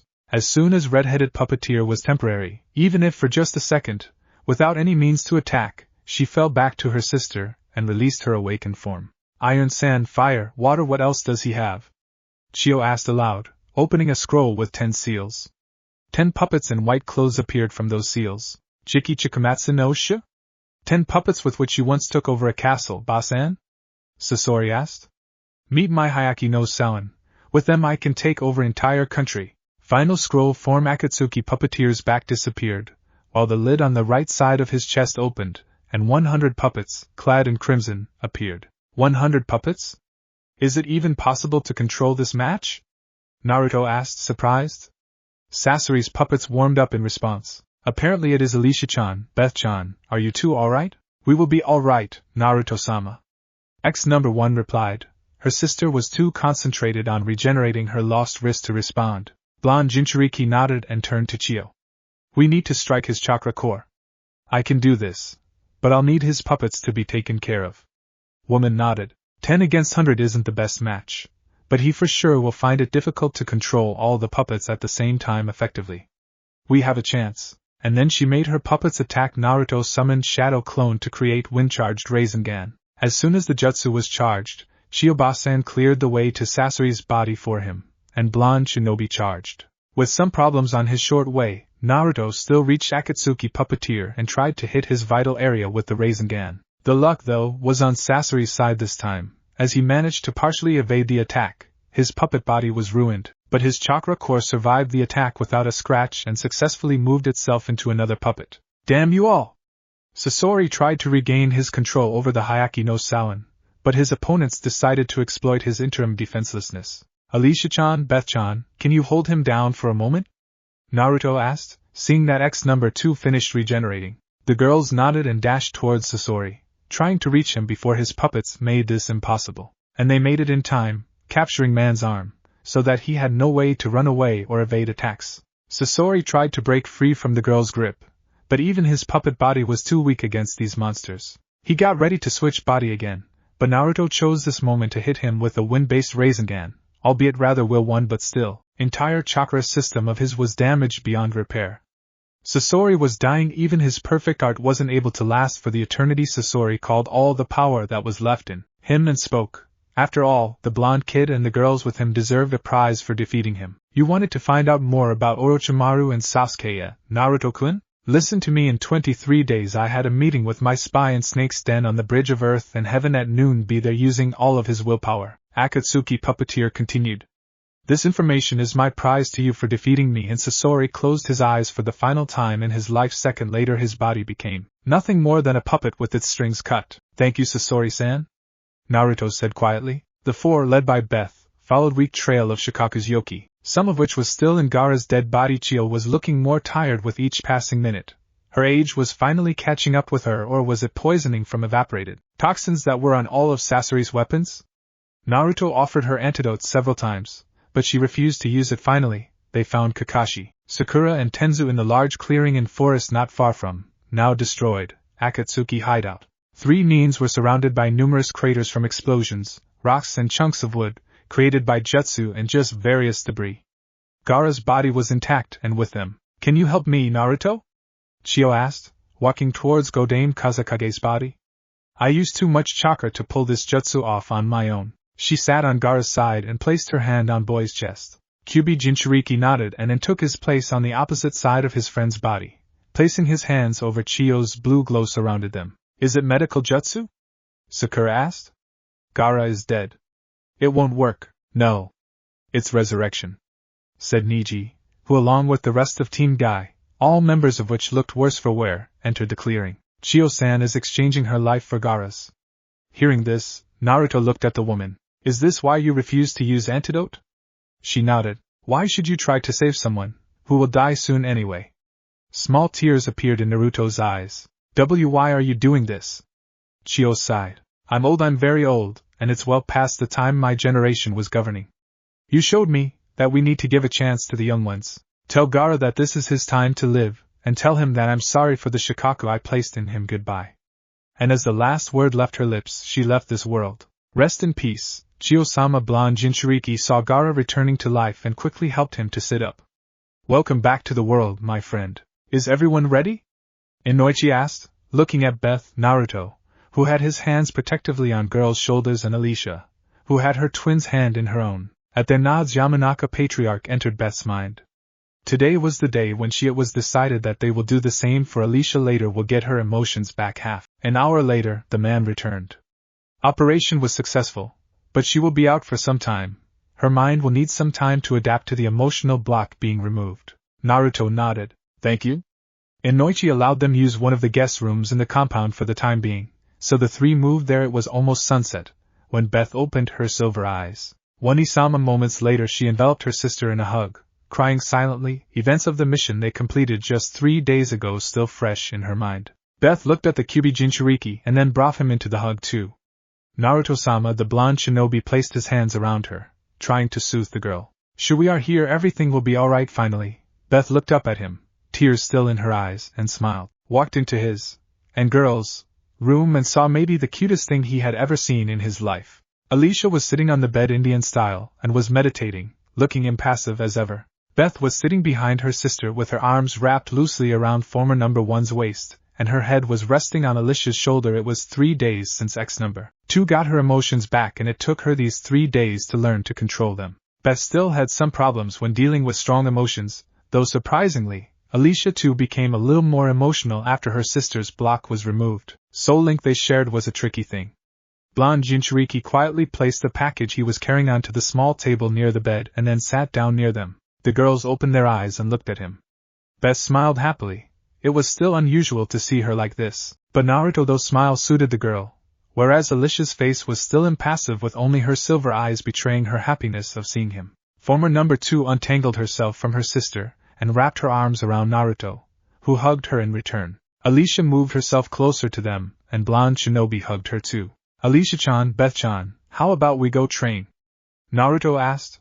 Beth's emotions stabilized and he wanted to see what girls could and couldn't do now. Plus, even without this, they needed to be in the top form. When they arrived to the training ground, first thing the girls did was a spar, but this time they used daggers along with claymores. Naruto had to admit that while daggers looks much less imposing than 6-feet-long swords, in the hands of professionals they were as dangerous. After Alicia and Beth finished their spar, they continued working on their yoki-based techniques, and their first differences tied to their emotions appeared.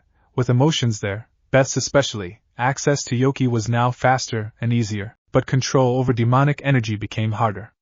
Final part of girls' training was controlled awakening, and Naruto got ready to use yoki suppression in case something went wrong.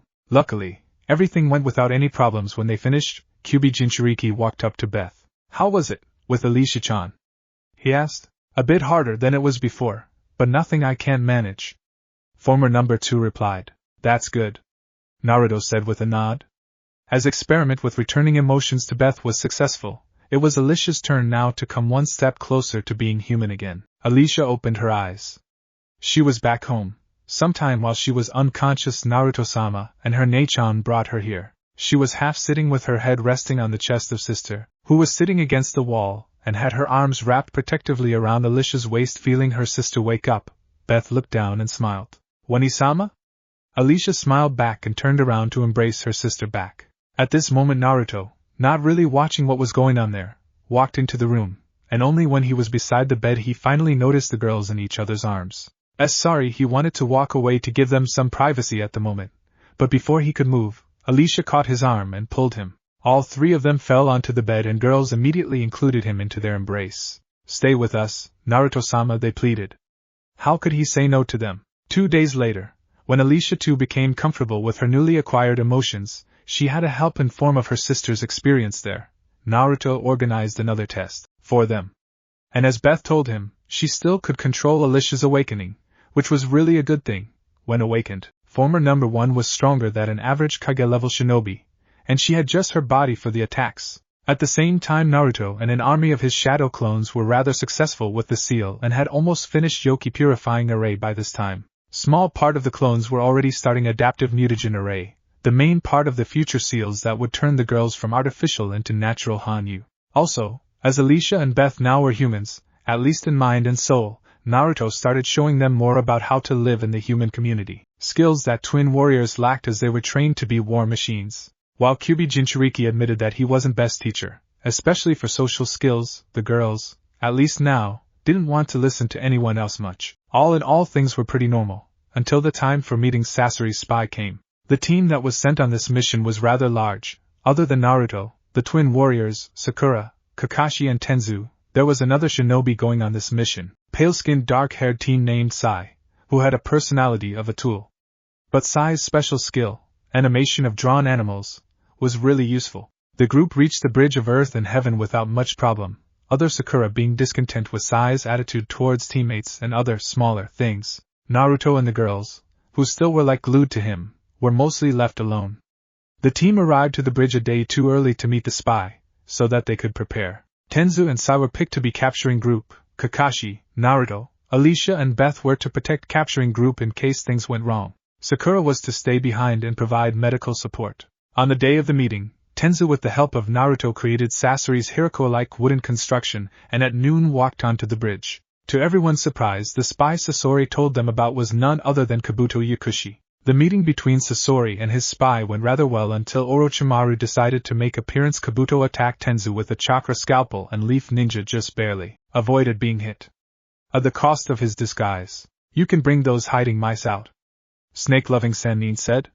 And Tenzu, for once agreeing with Orochimaru's suggestion, gave a sign for protection team to appear. "Kakuku Naruto-kun, you've grown quite a bit. Just like my Sasuke. And who are these pretty ladies with you?" Sannin asked. He got his response in a form of 2 claymores, pointed at him. Naruto himself had a Rasengan made from the mix of Kyuubi's Yoki, and his own chakra forming in his hand. "Alicia-chan, Beth-chan, let's go!" And blonde Jinchuuriki dashed forward.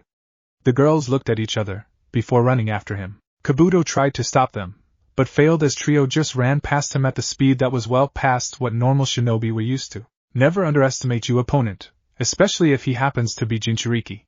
Silver-haired Medellin had to remind himself. He then was forced to dodge several tree roots and ink snakes that tried to capture him. Naruto tried to thrust Rasengan into Orochimaru's stomach, but Sannin sidestepped the attack and elbowed Teen in his back, making him fall on the ground. Next second, snake-wielding Sannin had to evade 2 chopping attacks, and as he did just that, he found himself on the receiving end of 2 Yoki-amplified punches. The power behind these punches was so great that Orochimaru was sent flying into the forest and through several rather thick trees. Just as he shook off the aftereffects from such a flight, Orochimaru had to use Kawarimi to escape from dangerously looking Rasengan with 4 small chakra-made blades that Naruto tried attacking him with. Snake Sannin watched with a mixture of fear and awe as the tree, in front of which he was moments ago, was turned into the dust by the jutsu. "And you've grown quite powerful, Naruto-kun.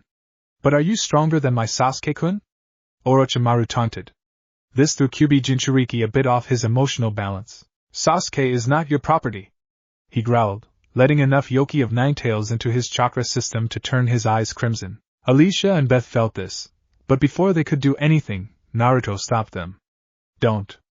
I'm fine. There was a short pause, before he added, but if you see third tail growing, knock me out. The girls nodded. You wanted to know how strong I am? Then try me, young Jinchuuriki growled, facing traitorous Sannin again. Then he dropped from the sight. Orochimaru's eye widened when Naruto appeared in front of him, trying to hit him with dark orange Rasengan. Sannin tried to evade the attack, counterattacking at the same time. In the end he managed to land a hit on Naruto's stomach, sending him flying away, but got his right arm ripped by the ball of yoki. While Blonde Shinobi was recovering, Orochimaru shed his skin and was again in full health. Futon de Tapa.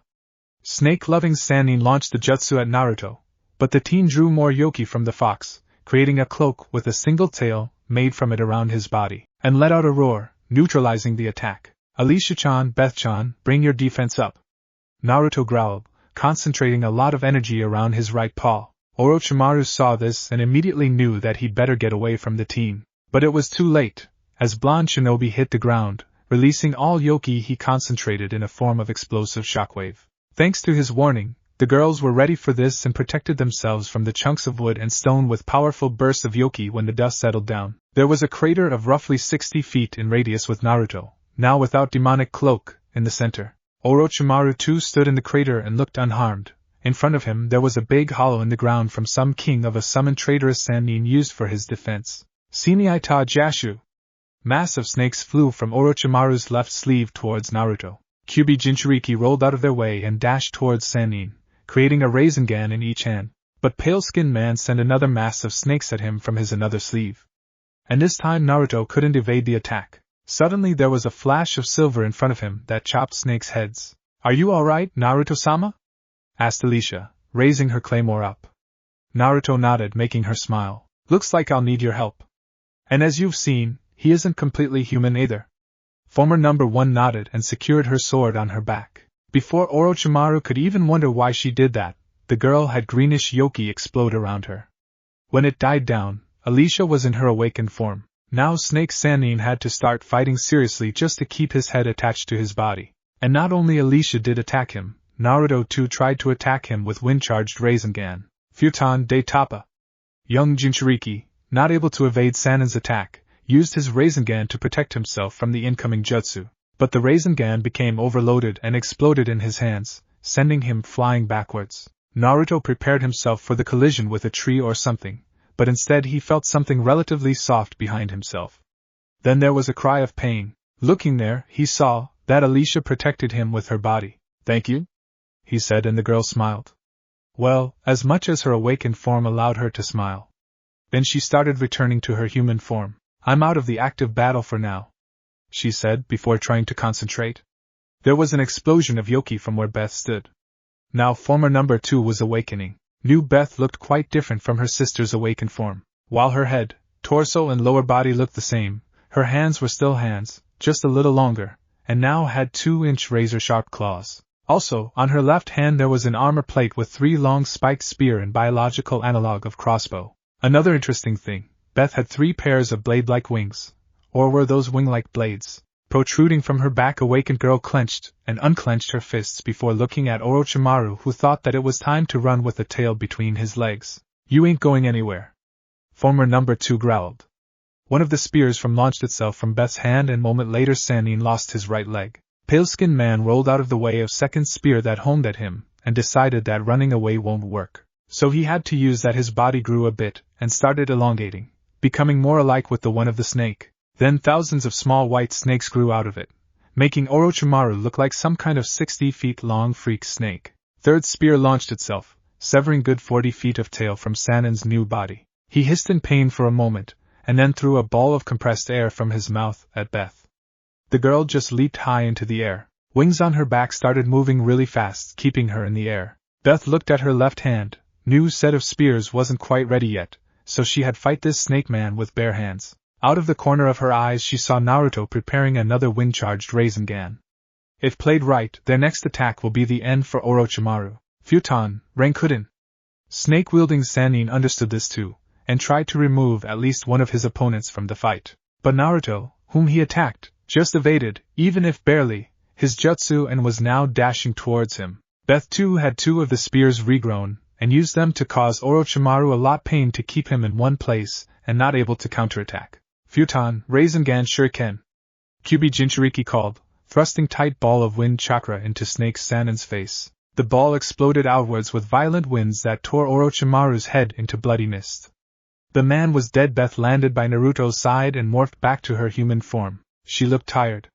Blonde Shinobi put his hand around her upper body to support her, and she placed her hand around his shoulders, accepting his help. Together they walked towards Alicia, who was completely exhausted by keeping her sister's heart human. The two helped her stand up, and Kyubi Jinchuuriki wrapped his free arm around her, and former number 1 accepted his support just like her Wani-chan did, by placing her hand around his shoulders.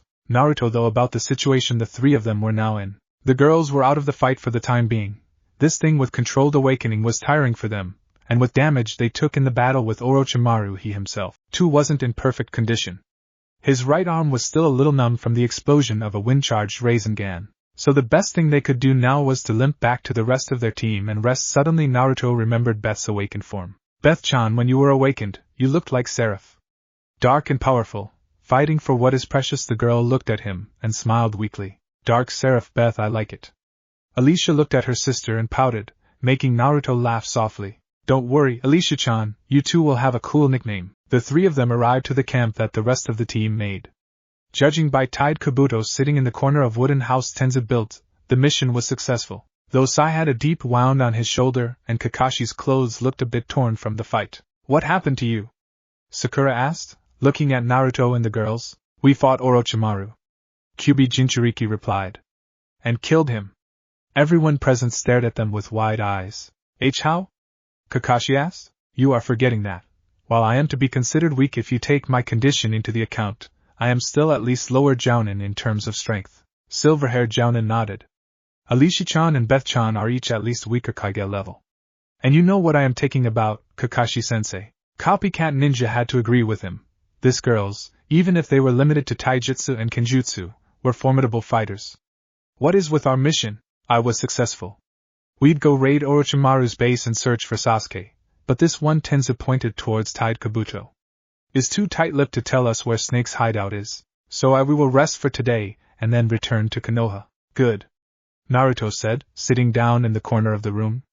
The girls then took places on his sides with their heads on his chest, and all 3 of them fell asleep. Naruto watched as the girls dueled with Tenten in course.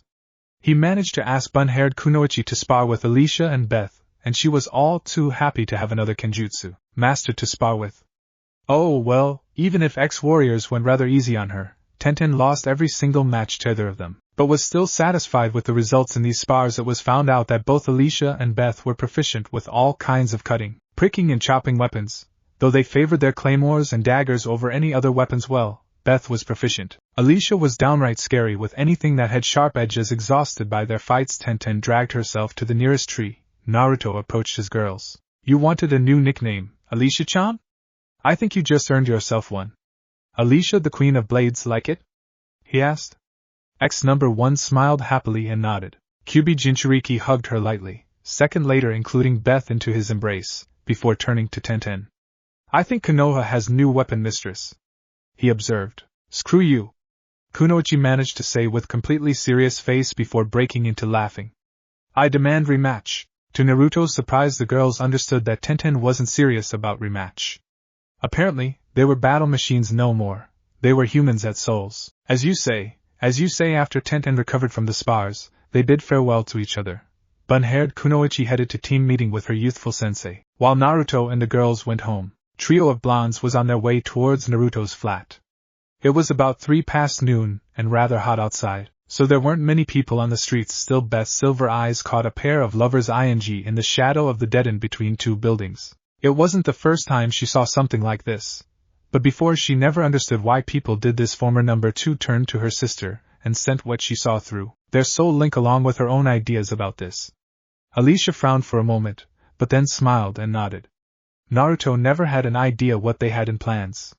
Not yet, at least. As they returned home, Naruto joined his shadow clones who were working on the seals for the girls. Project was not that far from being completed, but there still was a lot of work to do aside from the main seal, Naruto was trying to develop Yoki-powered seals, while Alicia and Beth had no problems with carrying their claymores. He supposed that they would like to have the swords sealed and always with them. The draft for the Yoki-powered storage seal was ready, but there would be a lot of tests before he would give the final versions to the girls. Blonde Jinchuuriki finished his dinner and decided to retire for today. When he entered the bedroom he shared with the twin ex-warriors, he found himself dead on his tracks from surprise from what he saw there. Alicia and Beth were sitting on the bed like they did when meditating, only closer, with their hands around each other's bodies, and they were ing. Oh?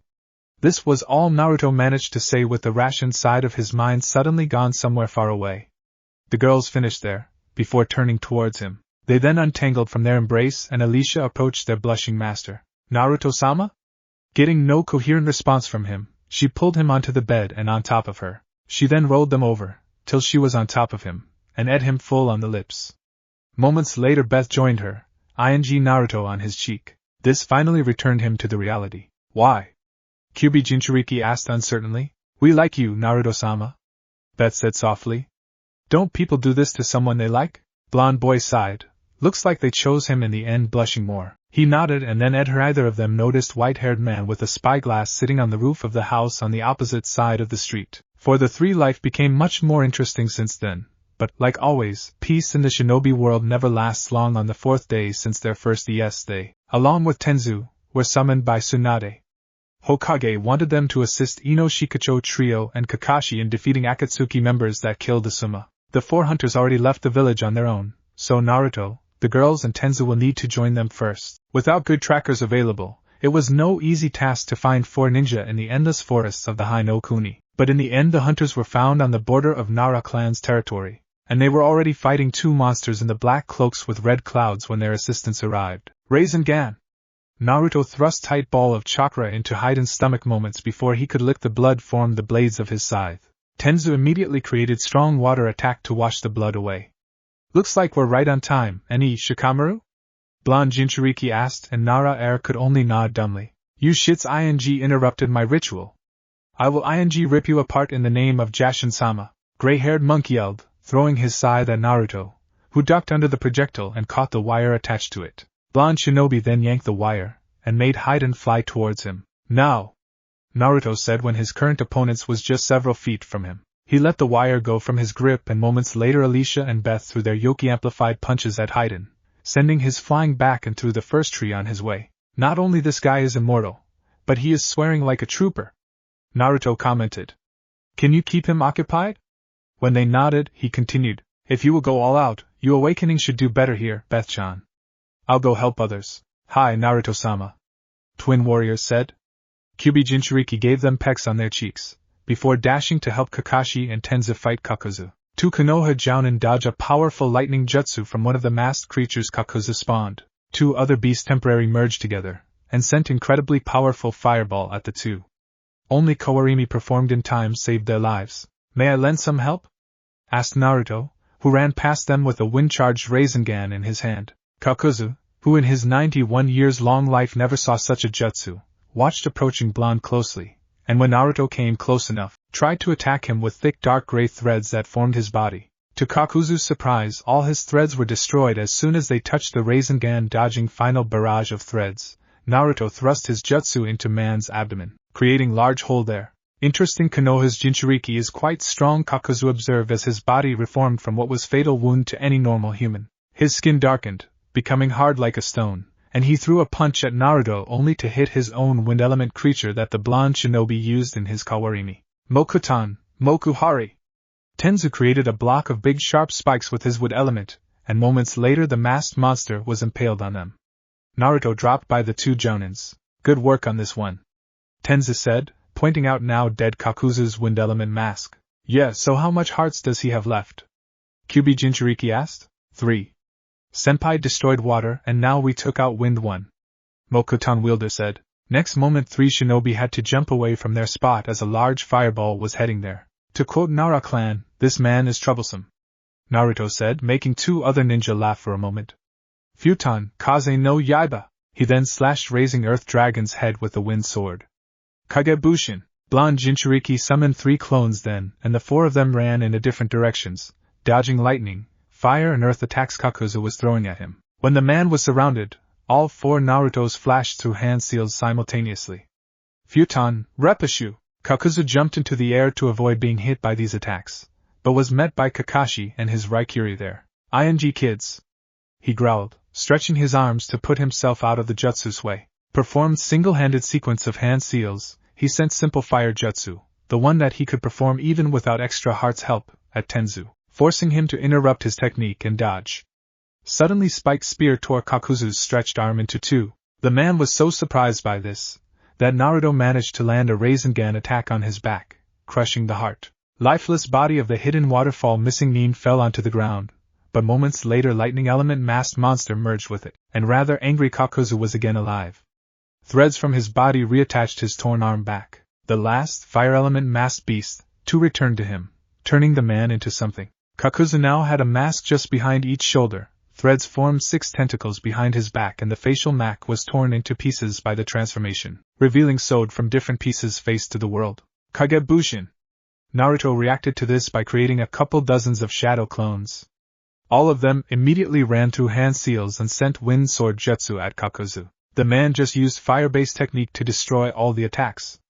But this created a screen of fire in front of him, hiding Tenzu's earth dragon jutsu from him. Several large clods of mud hit Kakuzu and before he could regain his footing, Kakashi plunged Raikiri into the left side of his chest and did diagonal slash, destroying right mask and its heart. This, of course, still wasn't enough to kill Kakuzu as he had one more life, but with his spine severed, the man couldn't stand right now, and collapsed on the ground much like a puppet with its strings cut. "How?" he asked. "I killed Hashirama Senju. How could a bunch of kids beat me?" Silver-haired Jounin looked down at him. "Maybe we look like a kids for someone who fought Shodai Hokage, but to us you're just a washed-up decrepit old man. That's why it's your time to die." Kakashi paused for a moment, but then continued his lecture. "The next generation will always surpass the previous one. It's one of the never-ending cycles of life." He then drew his tanto, and destroyed man's last heart. The fight between the girls and Hidan too was not an easy one while gray-haired man from the Akatsuki had no real jutsu other than swinging his weapon wildly. But his immortality and scythe made him a tough opponent even for a kenjutsu masters like Alicia and Beth. For the first 5-6 minutes of their fight girls were on defensive, careful not to be hit by the scythe. Finally Alicia managed to push Hidan back enough to allow Beth enter her awakened state. Hidan wasn't demoralized by the demon former number 2 became, and tried to attack her by throwing his scythe. Beth sidestepped the attack and cut the wire attached to the weapon with her claws. "Damn you ing monster! That's my scythe!" Hidan shouted angrily as awakened girl glared at him. She then raised her left hand and launched all 3 spiked spears that were there, directing 2 towards her current opponent and the third one towards Kakuzu. Ripping his stretched arm in 2, Hidan, who now was missing his left arm and had a hole on the right side of his stomach, let out a string of very colorful cursings and then drew a spike from inside of his cloak, before charging at Beth. Awakened girl picked his scythe from the ground and hit him with the blunt side of it on his neck, clearly breaking it, sending Immortal Man onto the ground. She then walked towards him and stepped on his remaining arm, preventing him from using his spike. "Even if you are immortal, you need head to fight," Beth said, pointing regenerated spikes on her left hand at his face. Then she launched one, tearing Hidan's head into hundreds pieces. As soon as the man was no longer any danger, Beth returned to her human form. Alicia still couldn't keep her awakened for more than several minutes. The girls walked towards Konoha shinobi, particularly their Naruto-sama, who finished dealing with Kakuzu. Jinchuuriki saw them approaching and, other than tired Alicia, perfectly fine, and welcomed them in a warm embrace, giving each a light on lips. "Thanks gods, you're fine," he said, making them smile. After the 3 of them finished with their embrace, Naruto went to Hidan's body and sealed it. Tsunade would be interested in studying it. Kakashi did the same with Kakuzu's, and the group was ready to return home. Naruto suppressed Kyuubi's yoki and looked at the seal he was testing. Modified storage 1. It looked stable, and he was able to seal a big chunk of wood into it successfully. This meant he finally made storage seals for the girls, so that they will be able to always have their claymores with them without any discomfort from having 6 feet long sword on their backs. Also, from the information his shadow clones were sending him, the seals that would turn Alicia and Beth into natural Hanyu instead of artificial ones they were now were almost complete too. Just several more days and he will need to talk with Tsunade about these seals. He will need a lot of space and, desirably, a group of medics to supervise the whole thing. 5 days later Naruto finally completed both Alicia's and Beth's seals. Tsunade agreed to give training ground number 14 to him, It had large flat stone on which even large seals could be easily drawn, and be there, along with Shizen, when the seals will be activated. Twice, as Kyuubi Jinchuuriki decided that he didn't want to risk with both seals in one day, God knows, they needed to be powered with a lot of chakra. Next morning Naruto and a dozen of his shadow clones were drawing the seal on the stone. Alicia and Beth were sitting under the tree not far from him and watched the process. Around noon Hokage and her apprentice arrived, just a minute before Naruto dispelled his clones as the seal was drawn. It's time, Blonde Shinobi said. Alicia, who was to be transformed first, took her place in the center of the seal. Naruto raised her t-shirt to draw the final array of seals on her stomach, then he gave her a long, before taking his place by the activation symbol. Okay, let's begin. He pushed a lot of chakra, enough to create more than 1,000 shadow clones, into the seal. For several moments nothing happened, then it glowed light blue for a moment before a dome of chakra appeared around Alicia. The seal glowed light blue once again, and green mist of yoki started seeping from the girl's body, but was all contained inside the dome. Soon only silhouette of Alicia could be seen through the green mass of yoki. Now several more arrays activated, and she was lifted into the air with all the yoki swirling around her and re-entering her body. Please stop. One-sama Beth suddenly cried and tried to reach for her sister, but Naruto stopped her before she could even touch the dome. Alicia-chan will be fine, he told her, but Beth still didn't want to relax and let it be as it is. But, don't worry. Naruto hugged her from behind, keeping her in place. About a minute later the dome of chakra finally dissipated and Alicia slowly descended back onto the rock, her mouth still open for the silent cry of pain. Kyuubi Jinchuuriki finally let Beth go and a moment later she was by her sister's side. Naruto walked there too and after picking unconscious girl up, he carried her bridal style to Tsunade.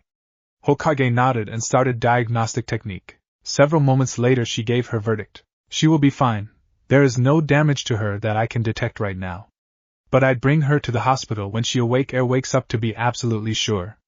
Naruto nodded. Thank you. And he headed home with Beth following closely behind. Somewhere halfway home Blonde Shinobi noticed that even if unconscious, Alicia somehow could feel that she was in his hands and was cuddling to him, making him smile. For the next 3 days Naruto had Alicia adapting to her modified body, before finally bringing the girl to Tsunade for the physical. Naruto and twin ex-warriors entered the hospital room where 5th Hokage was already waiting for them. Good morning, she said as trio sat down. Good morning, Tsunade-sama, the girls replied. Naruto just bowed slightly. Let's begin. How are you feeling, Alicia-chan? The 5th asked. For about 20 seconds former number 1 was silent, before she began answering. I feel different. I'm both complete and not. It's hard, impossible to explain with words. I need more sleep and food now, too. And my strength dropped. Tsunade nodded. Okay, let me check you now.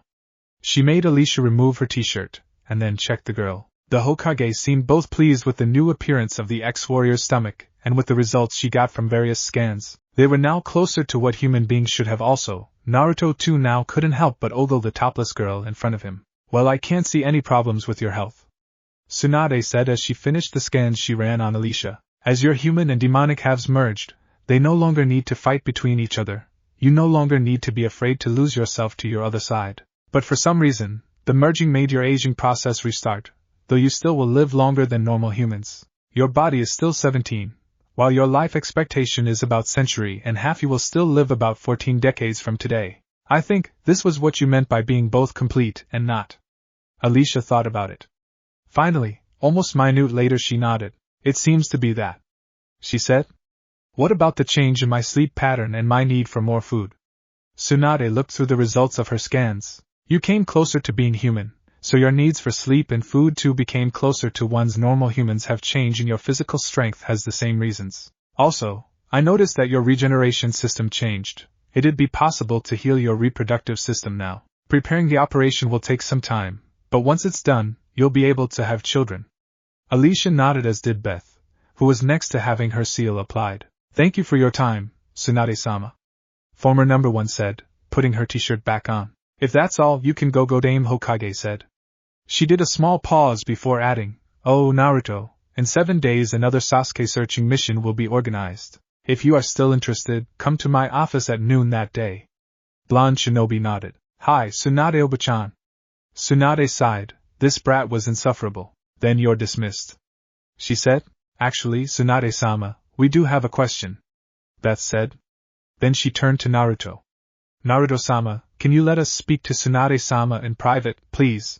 Kyubi Jinchuuriki nodded hesitantly. Well, if you want, he said before leaving the room, not forgetting to close the door behind him. So what is your question that our blonde boy can't hear? The Hokage asked. Alicia couldn't phrase it, so Beth took the turn in speaking. Well, you see, from what we understand, our feelings towards Naruto-sama are love at this point. Number 2 let whatever was left from her emotionless facade slip and blushed, rather deep shade of red too. How can we show him? Tsunade nodded in understanding. It was not like it wasn't obvious to everyone, but Naruto, how much the girls cared about him. It's not an easy question to answer. Fifth Hokage said sagely. You may be there for him. Or you can tell it to him, or him too, she continued uneasily. We have already done those. It still isn't showing the depth of our love towards Naruto-sama. Beth said, still blushing. Hokage sighed. Even if the brat Naruto is such a prude, you can try to change your relationship into a more physical one, eventually having with him. Don't force yourselves on him though, or it will have the opposite effect from what you want. Former number 2 nodded before asking her next question. What is? Tsunade sighed. She never expected to give the talk to someone who actually was older than she was, especially since she was well over 50 now, but given how the girls were raised, to be the perfect weapon, she couldn't fault them for not knowing anything about life and gender relations. The talk was quite long and embarrassing for both the girls and Tsunade, for the Hokage because of the questions she had to answer. Finally, about 45 minutes into their private talking, Tsunade decided that Naruto waited enough for his Alicia-chan and Beth-chan. I think that's enough for today.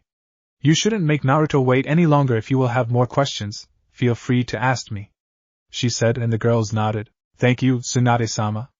And bowing a little, they exited the room. As Alicia and Beth answered Naruto's questions without revealing the real reason for their talk with Tsunade, the trio moved to the one of currently free training grounds. Alicia first was tested on her swordsmanship and hand-to-hand fighting skills. Even if her physical strength dropped almost by 40%, she still was much stronger than any normal human, and with her now perfect Yoki control, she could easily increase her strength and speed even past what was possible for her before the seal was applied. So, now she was even more formidable fighter with her claymore than before. Her Yoki burst protection and Yoki amplified hits, now she could do those not only with her hands, became more powerful, again, because of her perfect control of Yoki. Next, Naruto had her test Soul Link with Beth, whether she could control her twin when she was in her awakened form, or not. With difficulties, Alicia could do this. So next was the final part of their training. Alicia-chan, I don't know what became of your abilities, that came from your demonic side, with the seal applied, so we'll have to try it. Former number 1 nodded. I agree. Though, releasing Yoki now doesn't bring me closer to my other side. I have no idea how to call my demonic abilities forth, Alicia said. Naruto had to agree with her, and began searching for the way around this problem.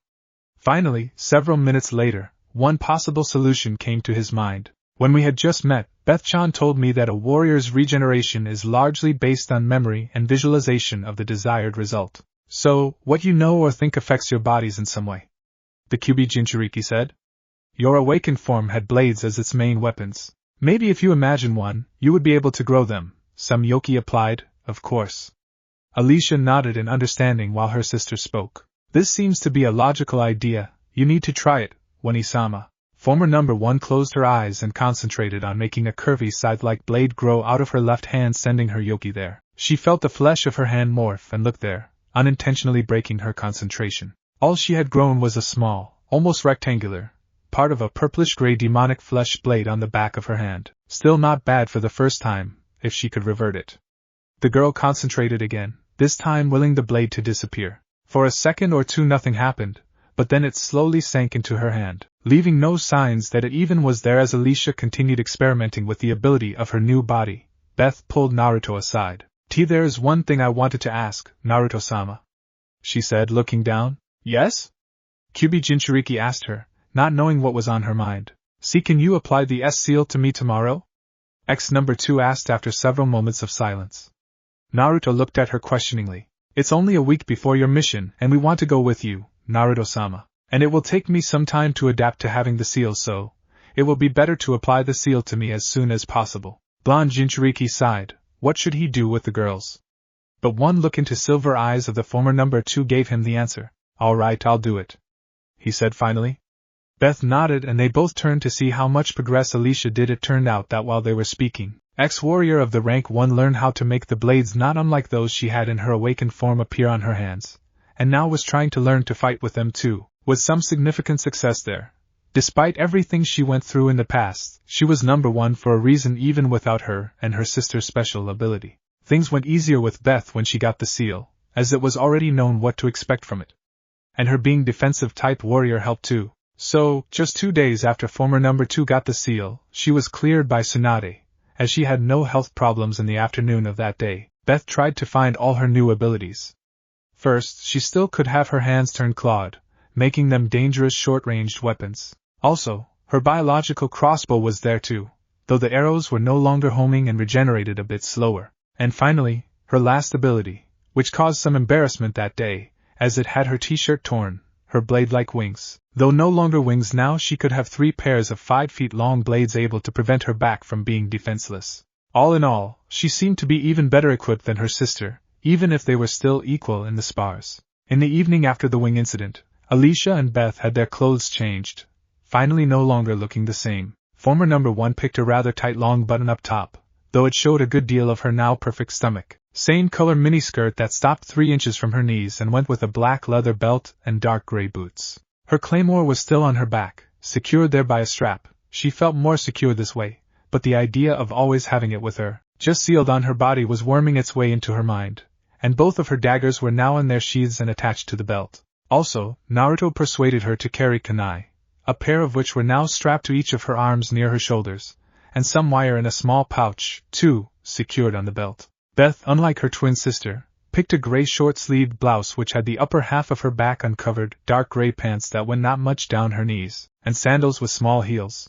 She too still preferred carrying the claymore on her back, but the other weapons on her were arranged differently. Former number 2 had her daggers crosswise on her lower back. The kunai she carried were in pouches and arranged on her legs, like most shinobi did. Instead of wire, she picked much stronger rope, having it in the pouch on her left hip. All in all, both girls were happy with their new wardrobes, and judging from the looks Naruto was sending them from time to time, he liked them this way more. Speaking of the blonde Jinchuuriki, he now had 2 hot girls who were not only interested in him as their guardian, but were also quite in love with him, and with them curling into him during nights, the amount of physical contact they had, and of course, their ing sessions that progressively grew hotter. He couldn't be oblivious to what was going on, but Naruto himself liked the girls, especially now that they became their own persons, so their hidden advances didn't bother him. The week passed quickly and Naruto found himself in the Hokage's office, receiving briefing for another Sasuke searching mission. Tsunade included Kakashi, Sakura,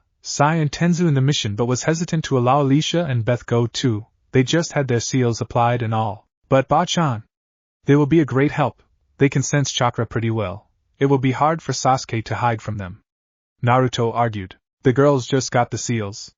They can't possibly be back to their top forms by now, and we know nothing about what power Sasuke has and how strong he is now. Tsunade responded.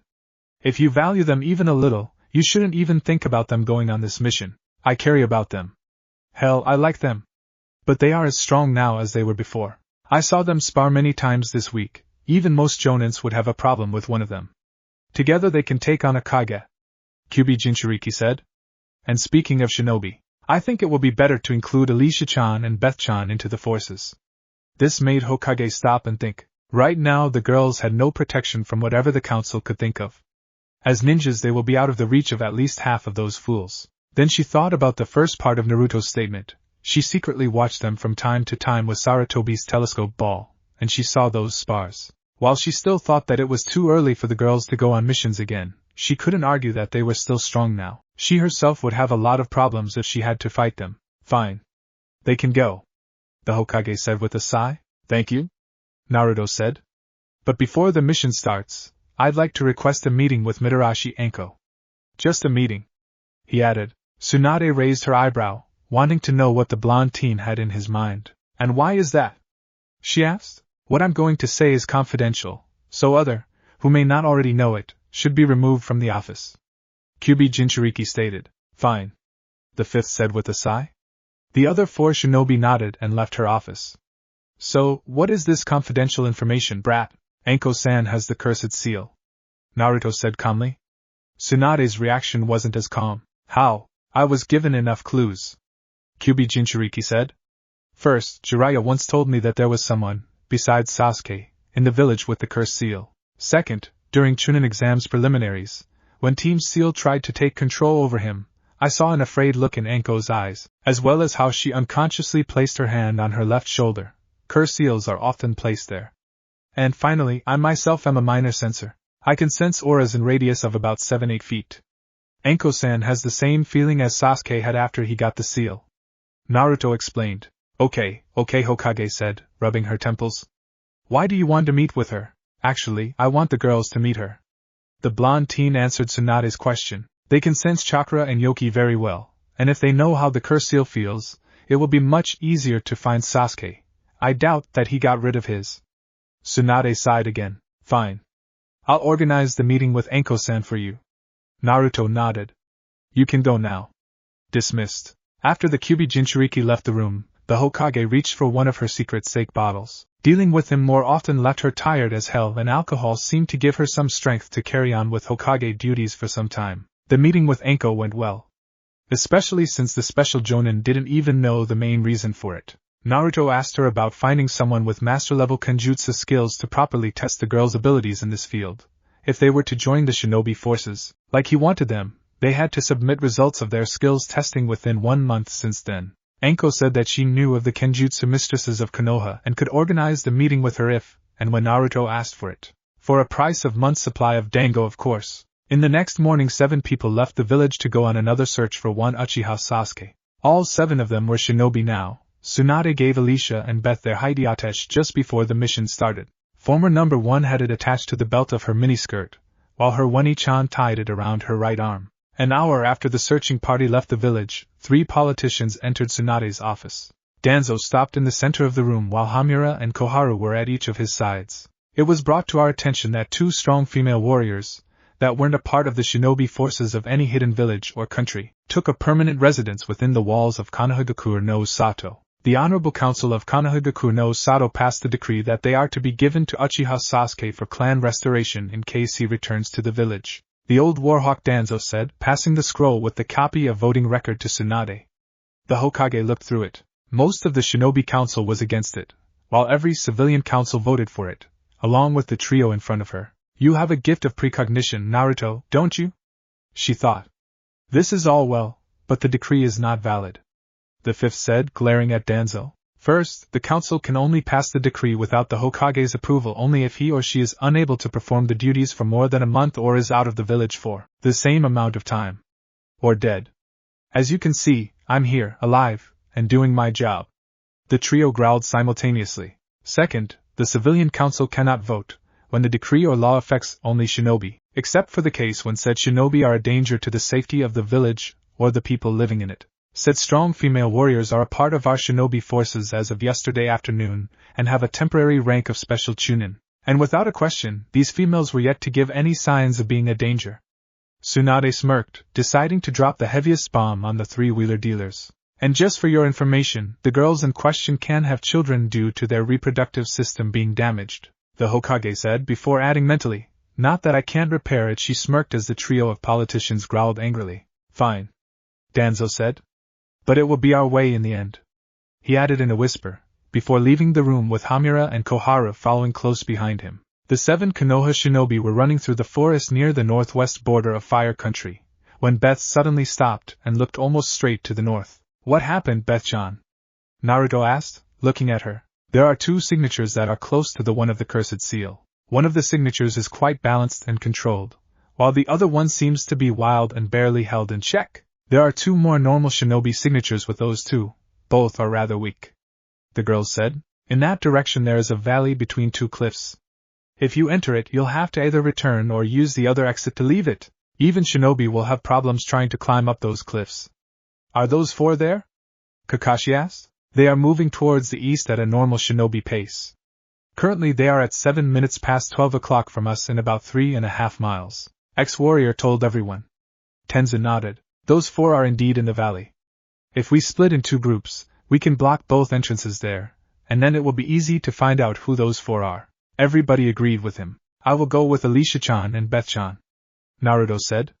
Smiling twins were immediately by his side. Kakashi shook his head. Fine. The rest of us will be the second group.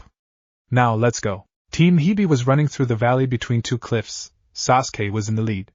He just recovered from the fight with Akatsuki member called Deidara. The fight was long and exhausting, and in the end both parties were left injured, but alive. Now he needed to find and kill Itachi before that Deidara tells the man about his coming death. Itachi must not be prepared to fight him. Sasuke-kun. Karen, the only girl on his team, called. Damn, she was annoying, but useful. She was a censor and had some advanced medical skills. We have a problem. Sasuke looked at her, raising an eyebrow in silent question. Karen understood him. There are 4 unknown signatures in front of us in about a mile. One of the signatures has chakra reserves that are at least Kage level. The other 3 have no chakra, but a lot of demonic energy. One of those overlap with chakra signature. The girl turned her sensor abilities to the max, trying to sense more. And there are 4 shinobi, all at least chunin, behind us. Whom will we fight as Sasuke? Suigetsu asked, touching the handle of his Kubikiri Hocho. We will never turn back. We will continue going forward and fight that mysterious 4 if they cause any trouble for us. The Uchiha teen said. In about 10 minutes Sasuke and his small group approached the exit from the valley where those strange signatures were waiting. Under the small group of trees there were 3 blondes. The only male among them, spiky-haired teen in black and orange clothes, was sitting against one of the trees and was braiding a wreath from field flowers. The other 2 were twin girls that looked like they were in their late teens. One of them was leaning against the same tree and had her arms folded on her chest. She had a claymore on her back. The other girl was sitting by the boy's side with her arms lying on her legs. Her head, with a wreath on it, was on his shoulder. Another claymore was lying on the ground within her reach. When Team Hibi got close enough to the trio, she whispered something to the boy, before picking her sword and standing up. The boy put the half-made wreath aside and stood up, making a small show by dusting himself off. Hello, team, the boy said, looking straight into Sasuke's eyes with his own, sky-blue ones. The Uchiha growled when he heard this. Nobody used this nickname on him, but then he spotted whisker-like marks on boy's cheeks. This was Naruto. Karen, why did you lead me to believe that there was something dangerous? It's just the dobe and his word. The wave of killing intent Naruto released was enough to shut Sasuke up. Oh? You learned something new, dead last? Instead of the dobe charging at him, he got only a cold glare from the said dobe. Girls with big swords. I'm so gonna fight them. Suigetsu shouted, removing his head cleaver from his back and dashing forward to attack Beth. You don't keep your associates in line, Naruto commented, stepping aside to let former number 2 some space for the sword fight. I have no use of saving losers, Sasuke said, activating his Sharingan. Karen, do not interfere. He barked the order before a lightning started cracking in his hand. Chidori Senban. Several needles made from lightning flew towards Naruto, who lazily moved his hand, releasing some wind-natured chakra to block Sasuke's attack. Not bad, though, but you were never good enough to be my equal, the Uchiha said, charging at his ex-teammate, drawing his katana. Despite the Kubikiri Hocho's size, it was an easy thing to block for an experienced warrior like Beth. Seeing the way the girl stopped his attack with her claymore, holding it in just one hand, Suigetsu started adding pressure, but to no effect. His Zanbatsu wasn't moving closer to the blonde ex-warrior at all. Then he gave a feral toothy grin, pushing as much chakra into his arms as possible, increasing his muscle strength to the body's limit. This finally had some effect, though definitely not the one he hoped for. He saw the girl in front of him just strain her arms' muscles. What are you? Suigetsu asked, bringing his Zanbatsu back a little to do a horizontal swing. Beth moved her claymore to block this attack like it wasn't a heavy sword but a dry stuck in her hand. 2 weapons met with a loud clang and Suigetsu felt like he hit a stone wall. How strong this girl was. Her claymore didn't move from position she put it in even a centimeter. Dark Seraph Beth, former number 2 of the organization, currently warrior of Konoha, the girl answered, quite easily pushing his Zanbatsu away before trying to do a vertical slash. Suigetsu barely had time to block her attack, and still, she was breaking his defense with just one hand on the handle of her claymore. Suddenly she broke eye contact with him, and twirled aside. Moments later a giant gray fist flew through the space she just occupied. Beth ducked under Suigetsu's swing and moved in front of Jugo, kneeing him in the gut. A powerful release of Yoki sent large man flying. Suigetsu decided to use his chance as she currently had her back towards him, but the blonde ex-warrior blocked his slash aimed at her head without even looking. She twirled again, trying to punch him with her free hand, but had it just go through his body that turned into water. Sorry. Suigetsu gave a toothy grin. But hitting me is useless. Beth just raised her eyebrow. Is this so? Yoki exploded from her hand, tearing her opponent in two. Of course, Suigetsu wasn't wounded at all by this, but it would take him some time to rebuild his body. She then jumped back, avoiding another punch from Jugo. You are strange. You feel much like the curse seal, yet you are natural. The girl commented. The man stopped in his tracks, surprised by her words.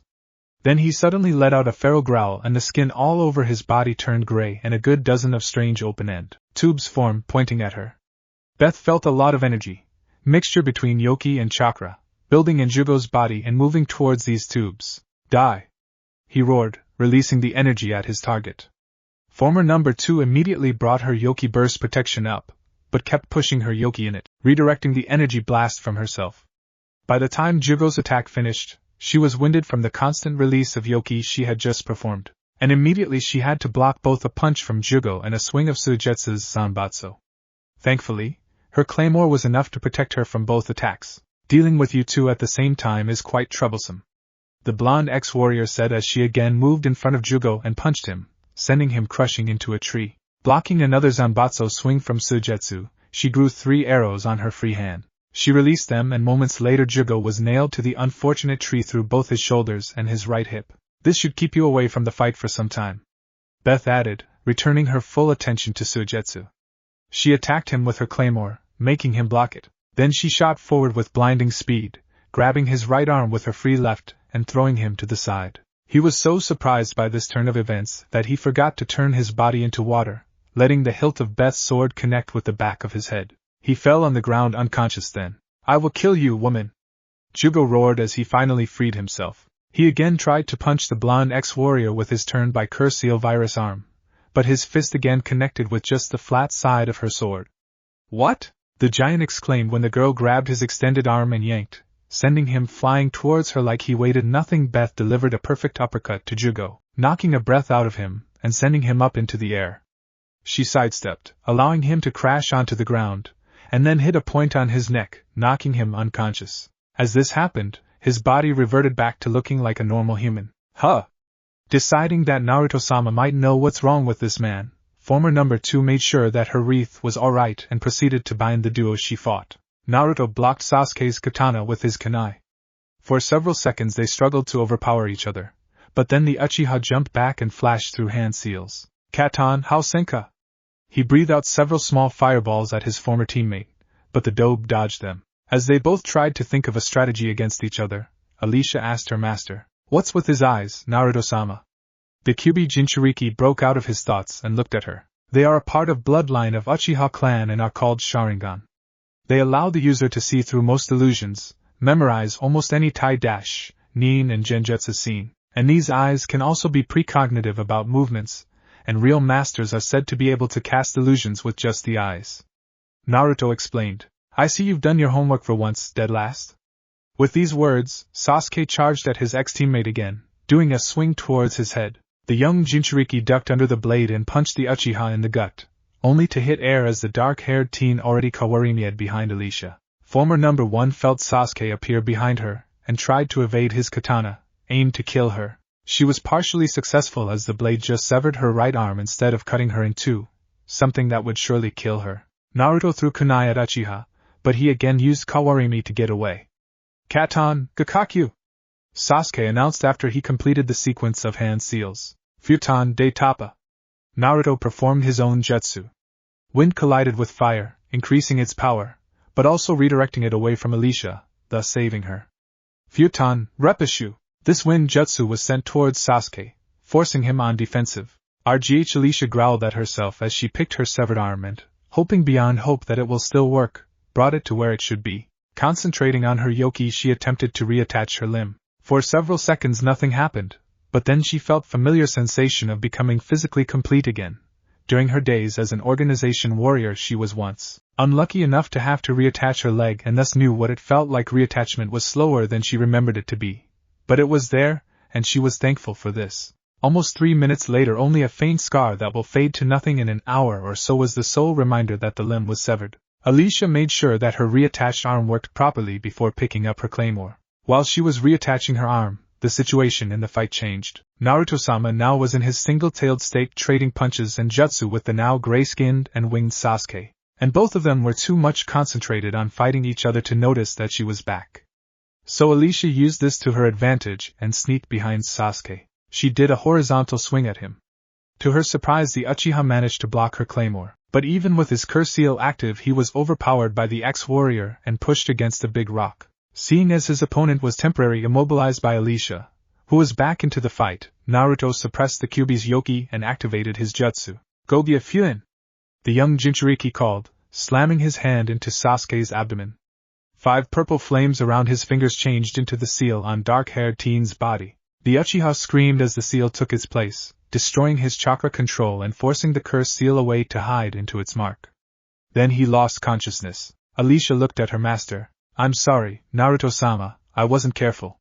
She fully expected him to be angry at her, so she was surprised when she was hugged lightly. "But you are fine and that's more important," Naruto whispered to her. Suddenly X-1 turned around. The Kyuubi Jinchuuriki followed her example. Moments later they saw Beth approach them. She had her claymore secured on her back and the Kubikiri Hocho was in her right hand and resting on her right shoulder, as she was carrying her bound and unconscious opponents over her left shoulder. "What shall we do with them, Naruto-sama?" she asked. Naruto shrugged. "Kakashi-sensei is the leader, he will decide what to do with these two. But the sword definitely should be returned to where it was taken from," he said before turning to Karen, who was trying to blend into the environment and slip away. "Hey, redhead." Karen immediately froze. "If you come with us willingly and behave, we won't have to bind you or knock you unconscious." She sighed and slowly walked towards Naruto. "Oh, you've already finished? Good work," said Kakashi as he entered the clearing with the rest of the team. "Now let's return to Konoha." During their short return to the Hidden Leaf, Naruto completed the final part of the paperwork needed to make Alicia and Beth into ninja. Both girls showed a level of swordsmanship that even the best of the ANBU couldn't overcome. Their strength and stamina too were past what was usual for shinobi. The girls weren't stupid, even if not having too much knowledgeable, and despite having no chakra at all, their yoki reserves were close chakra reserves of Kage-level ninja. Their taijutsu was at high chunin level, as were their tool usage skills. Neither Alicia nor Beth could perform any ninjutsu or genjutsu, but they were immune against most illusions as they had no chakra for enemy to manipulate. Naruto also asked the Hokage what will happen to the 4 they captured. Tsunade assured him that Sasuke would get all the punishment he deserved. She wasn't sure what to do with Suigetsu though. Jugo was to be examined and, if possible, healed from his problem. Karen, if she completed her trial period without problems with the Hidden Leaf, would be given a position in the hospital. After the paperwork and other businesses in Konoha were done, Naruto managed to talk Tsunade into letting him and the girls to visit Wave Country to return Kubikiri Hocho to Zabuza's grave. The trip to the wave was rather short and eventless, except for Naruto finding out that the bridge he helped to protect and build 3 years ago was now named after him. The trio walked to where Zabuza's and Haku's graves were, and the Kyuubi Jinchuuriki immediately started working. He drew a sequence of enforcing seals on the stone, before returning his Zanbatsu to its place as a gravestone for one of the 7 swordsmen of the mist, and activating the array. Now anyone who tried would need at least the powers of a Biju to remove the sword. As it was an early evening, Naruto decided to stay for the night on the nearby hill. Despite everything, he thought that he wasn't ready to go down to the town and meet the people there. After a light dinner, the young Jinchuuriki sat outside the tent, leaning against the tree, and got ready to write a report for this mission. Tsunade said she wanted it, but his plans went to waste as soon as a familiar weight of a blonde ex-warrior settled on his legs. "Naruto-sama?" Setting the still empty scroll aside, Naruto looked up to see Alicia looking at him with barely concealed love and in her lively brown eyes. Beth was sitting on her knees on the grass on the left to her sister with the same look in her own eyes. He sighed. "What shall I do with you?" he said with a smile. The girls needed no invitations, and as soon as these words flew from his lips, Alicia was giving him a heated, sneaking her tongue into his mouth. Moments later Beth joined them in a 3-way. Naruto didn't know how much time passed till he was sobered again. He was still sitting against the tree, but his jacket was unzipped and half removed from him, and his t-shirt was pulled up to the level of his ribs. He now had Alicia on his left side snuggling into him with her right arm around his shoulders.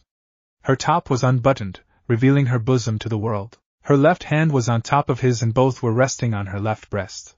Beth was lying on top of him, hugging him around his torso and resting her head on his right shoulder, and she didn't mind his hand on her ass cheek. Alicia gave him another, coupled with making him squeeze her breasts, before removing her arm from around his shoulders. Then she tried to remove her top, but Naruto stopped her. "Why, Naruto-sama?" Former number 1 asked with a pout. Beth rose up and pecked her sister on her lips. The QB Jinchuuriki rose too and gave Alicia a heated, "We're outdoors, Alicia-chan." The girl was just looking at him. "We can't do it here," he added. He wasn't self-conscious enough back then when number 1 unbuttoned her top, so he let it slip. "But he will have it only in private." Alicia pouted again. Naruto and Beth, who understood her master, both gave her another. Finally, she gave in. "Okay," Alicia said and rolled away a bit from Naruto, before sitting up. She thought about buttoning her top up, but as they were going to bed soon, decided against it. She stood up, giving a perfect eyeful of her breasts to the young Jinchuuriki, before disappearing into the tent. Beth stood up on all fours over Naruto. She gave him a quick, before leaning forward more and whispering into his ear, "One-sama really wanted to do it. I really wanted to." She looked down, spotting his erection. "And you also. But I understand, this is not the place." Beth paused for a moment. "But please, when we are back home, make us happy." She gave him one more, much longer, before following her sister into the tent, leaving Naruto alone to think about what had just happened. It was almost 8 in the morning when the trio was finally dressed and ready for the day. Naruto, as well as the girls, needed to see Tsunade today. Yesterday they were kinda in a hurry to stay and ask her about the progress she made in researching the method to restore girls' reproductive systems. Then they needed to train. And of course, have some time for themselves. The trio entered Tsunade's office after a short walk through still mostly empty streets of Konoha. Much to Naruto's surprise, the Hokage was awake and working. She looked at them from behind the stack of papers, for several seconds trying to recall the reason why they were here. Then her eyes fell on the open scrolls with her recent research. "Oh, right. I'm almost done with researching the operations. It will take me several more days to go over the details for the final time, so meet me at the hospital in 1 week." The Hokage said. "Thank you, Tsunade-sama," the girls said in chorus as the Godame noticed the satisfied look they all and grinned. "I take it that you were successful in your quest?" she asked Alicia and Beth. "Indeed," former number 1 replied. "Lucky girls," Tsunade said. "Anyway, if there are no more questions, I'd like to return into this hell of a paperwork. Shizen will have me if I'm done with it today." The trio nodded. "Okay, we will go then, Tsunade-bachan," Naruto said, and they left the office. During the following week the three of them continued their trainings, Alicia and Beth in a form of sparring between each other, and the former number 1 was now losing more fights to her sister than winning. Naruto and the girls also did quite a lot of exploring into the territory of trying new positions and new ways. The girls enjoyed it in almost any way, and their superior muscle control that came from their demonic sides provided them an escape from the pain in anal, though classic lovemaking was still their favorite one. Finally, the time for the operations came. Tsunade had insisted that the girls would stay the next 3 days after the operations in the hospital, so that she could observe them. Just in case.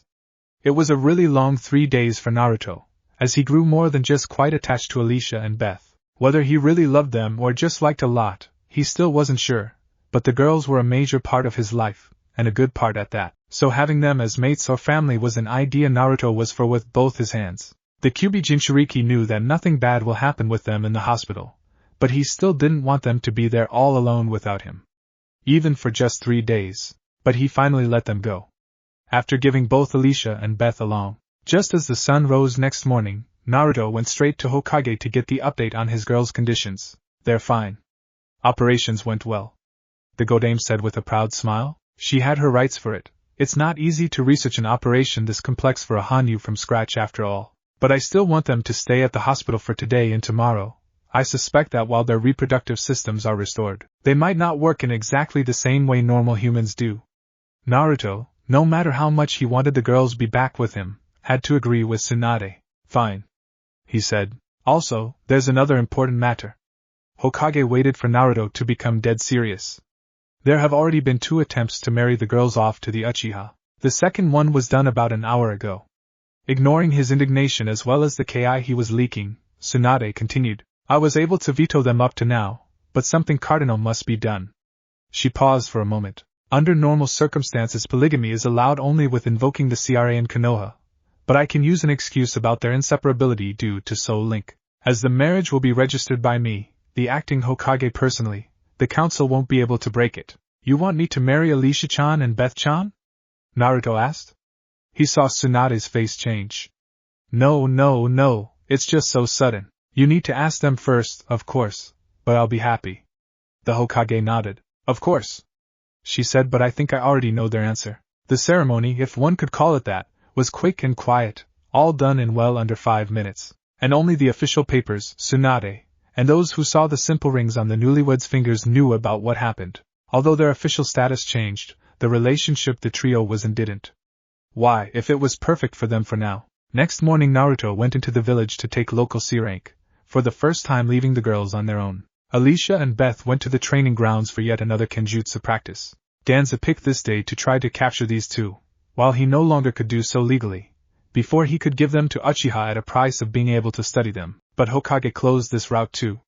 Now he had to abduct them and put into the test tube right away. 2 ex-warriors were returning home in the early afternoon, going through one of the less used streets of Konoha, when half a dozen ANBU appeared around them. 2 ANBU tried to place chakra suppressant seals on the backs of girls' heads, and placed them there. Only Alicia and Beth had yoki, so the seals weren't all that effective. Now completely understanding that they were attacked, and noticing that these ANBU had a little different uniform than Hokage's, 2 Hanyu girls were free to retaliate. With a brief burst of yoki they pushed closest attackers away and quickly spinning around counterattacked. Moving faster than any of the root ANBU anticipated, ex-warriors hit 3 of the attackers, effectively knocking them out. But before the fight could continue, Naruto himself appeared in the alley. So the 3 ANBU left Shunshined away, not forgetting to take their comrades with them. After all, facing Danzo after failing mission was much better than facing angry Tsunade. Are you okay? Kyubi Jinchuuriki asked his wives. Yeah. Alicia replied, removing a piece of paper with destroyed seal from the back of her head and crumpling it. Her sister mirrored her actions moments later. Let's go home then.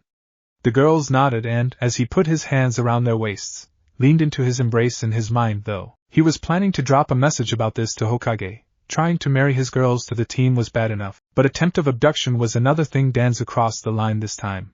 About a week after that, Beth started being more emotional and moody than usual. Though with her self-control that was still there, only her sister noticed these changes, but they disregarded those as not important. Another week later, former number 2 started feeling sick in the morning, and this caught her attention.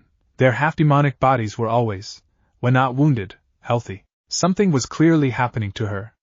So when she woke up next morning, having nausea again, Beth decided to pay a visit to Tsunade. Alicia and Naruto were still sleeping after yesterday's fun, so she wrote a quick note to them and left. A quick walk through mostly sleeping village later, ex-warrior found herself in front of Hokage's door.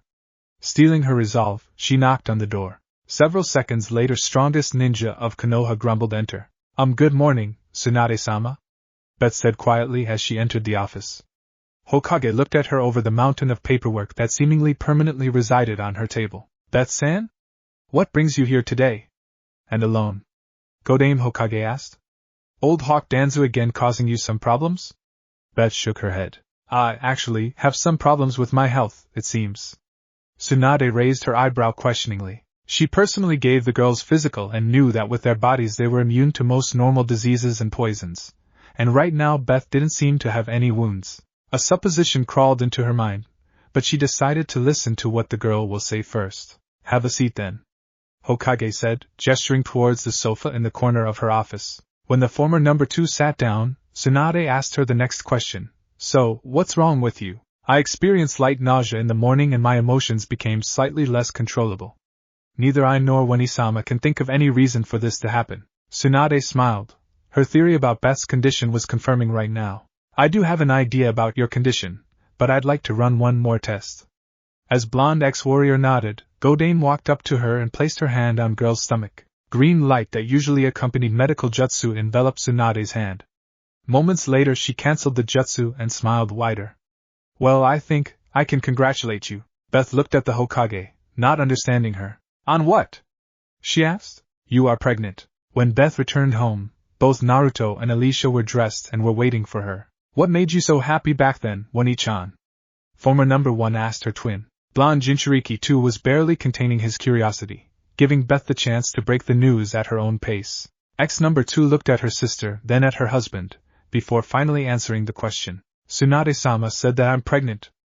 Alicia smiled warmly while Naruto was just looking at Beth in complete surprise, not able to say anything. Unfortunately for him, Beth thought that he wasn't happy and burst into tears and ran away before Jinchuuriki of the Kyuubi could say anything. Beth-chan. Wait! Naruto cried. Stop! Please! But the ex-warrior didn't listen to him at all. Damn! He sighed and looked at Alicia. We need to find her. The girl nodded and concentrated. She's suppressing the link. I can barely feel her emotions, though they must be really strong right now.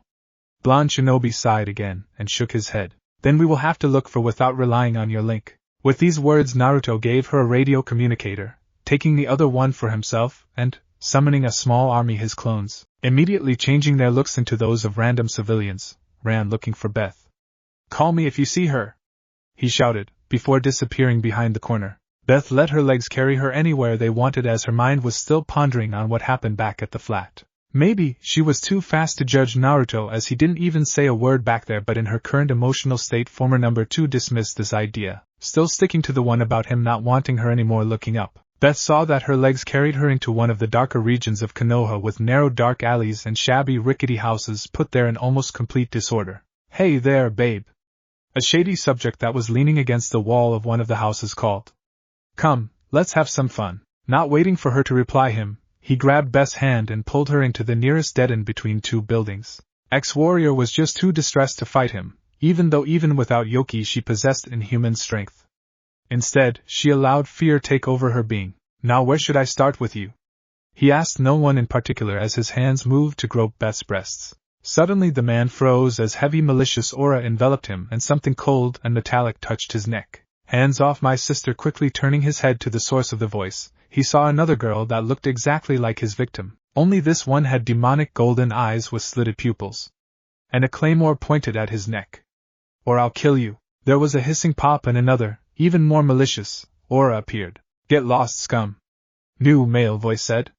Not wanting to piss these two anymore, the shady subject ran away as quickly as his legs could carry him. Alicia and Naruto suppressed their auras and blonde shinobi wrapped his hands around sobbing Beth's waist. Beth-chan, I'm sorry. I was just so happy that I couldn't say it to you, he whispered into her ear while Alicia pressed her body against her sister's and ate her on the lips, lightly. Let's go home, Winnie-chan. Stay in me, please, she asked him, almost pleading. As he nodded, Alicia rolled them to the side, so that all three of them were now lying on the bed, not on each other, and brought Beth close to herself, pressing her sister's delightful body into her own and wrapping her legs around those of her sister. Leaning her head back onto Naruto's shoulder, former number 1 looked into her twin's eyes. Winnie-chan, tell us what Tsunade-sama said to you back there. She kept you for quite some time after she broke the news to you. She whispered, not breaking the eye contact. Tsunade-sama explained me what I should and should not do now. For a moment Beth raised her eyes at the blonde shinobi. The last part also includes usage of Yoki as its effects on the embryo are unknown. Alicia nodded. This information may prove to be useful in the near future. Tsunade-sama also ran some tests on me. She said that my pregnancy will be faster than normal, just around 6 months instead of 9. This time Naruto nodded, making mental note to save enough money to support his coming child in these months. Other than that, Tsunade-sama said, it's too early to tell more. Former number 1 hugged her sister tighter, planting it in her lips. We are so happy for you, Winnie-chan. Alicia moved her yes south to Beth's neck, where she found a particular spot that drew the loudest moans from ex number 2, and proceeded with licking her sister's neck there. Naruto, who still had his member sheathed in Alicia's ass, wrapped his hands around his wives in a gentle embrace. I love you. He whispered to them even though it was only late afternoon. Girls soon fell asleep, worn out by the day. Naruto soon followed them into the land of dreams too. 2.5 months passed since that day. Beth, who changed her hairstyle into that of a single braid, was now nearing the end of her 3rd month, about the of the 5th for normal humans, and already had quite a sizable stomach. Other things, certainly, happened too. About a week after former number 2 found out about her pregnancy, Toads visited Naruto. Jiraiya was wounded heavily during his fight with pain and was in coma, in the hands of Toad healers. Toad's sage elder Fukasaku offered Naruto a sage training in Kyuubi Jinchuuriki reluctantly. He didn't was to leave his wives alone, agreed. The training was 6 weeks long and in the end Naruto returned to the Hidden Leaf just in time to save the village from Pain's invasion. Week later blonde shinobi was assigned to be a guide for the guest team from Kumo. but he never left the village or his 2-3 girls for more than several hours. Alicia and Beth were returning home from shopping for groceries. Going through one of the Konoha parks, Naruto was on a mission in the nearby village this day, when X-1 suddenly stopped. They came. Her sister, who, while prohibited from actively using her yoki, still had her sense, nodded. Yes, they are here. And not a minute later a man in black, accompanied by 5 warriors of the organization, appeared on the same alley. The man measured the twins with his eyes, starting with their clothes and ending with eyes, before turning to the 5, accompanying him. Numbers 2 to 5, kill them, he ordered. Alicia immediately summoned her claymore for the seal, pointing it at the man. Rado-san, how good of you to show up there. She then turned her eyes at the 4 warriors chosen to fight her. As your order will stand, I'd like for us to introduce properly. You may already know it, but I'm Alicia, number 1 in generation 78 to 80. And that is my twin sister, Beth, former number 2. We know as the Black Ones. Warrior with long straight hair nodded. Very well. I'm number 2 of the organization, Mariana, nickname is the Flash. The warrior next to her, with the hair made with 2 long silver needles, took the turn, bowing slightly. My name is Alexandra, Hawkeye is my nickname, and I'm number 3 in the organization. She paused for a moment. Your auras are strange. They belong neither to a warrior nor to an awakened being, she added quietly, but Alicia, and Beth through her sister, heard her. We were merged and now our halves are at peace. The term is Hanyu. Former number 1 answered the question, what are you? That Alexandra's statement had under wraps. Fighting 2 of the best warriors of the past would be a good challenge. Warrior with a braid reaching her mid-back and a lock of silvery blonde hair over her left eye said, I'm organization's number 4, Cat Grace Miranda. The last warrior of the 4, young-looking girl with long, almost platinum hair done in a ponytail, gave a curt nod to the twin ex-warriors. Victoria the Silver, and I'm number 5. Man in black, identified by Alicia as Rado, stamped impatiently. Mariana took the hint. Now that the introductions are done, we shall proceed with our task. And 4 warriors attacked. Somehow, former number 1 blocked 3 of her opponent's claymores with just her own, but Miranda girl attempted to attack Alicia from behind, only to have her sword stopped by Hanyu's dagger.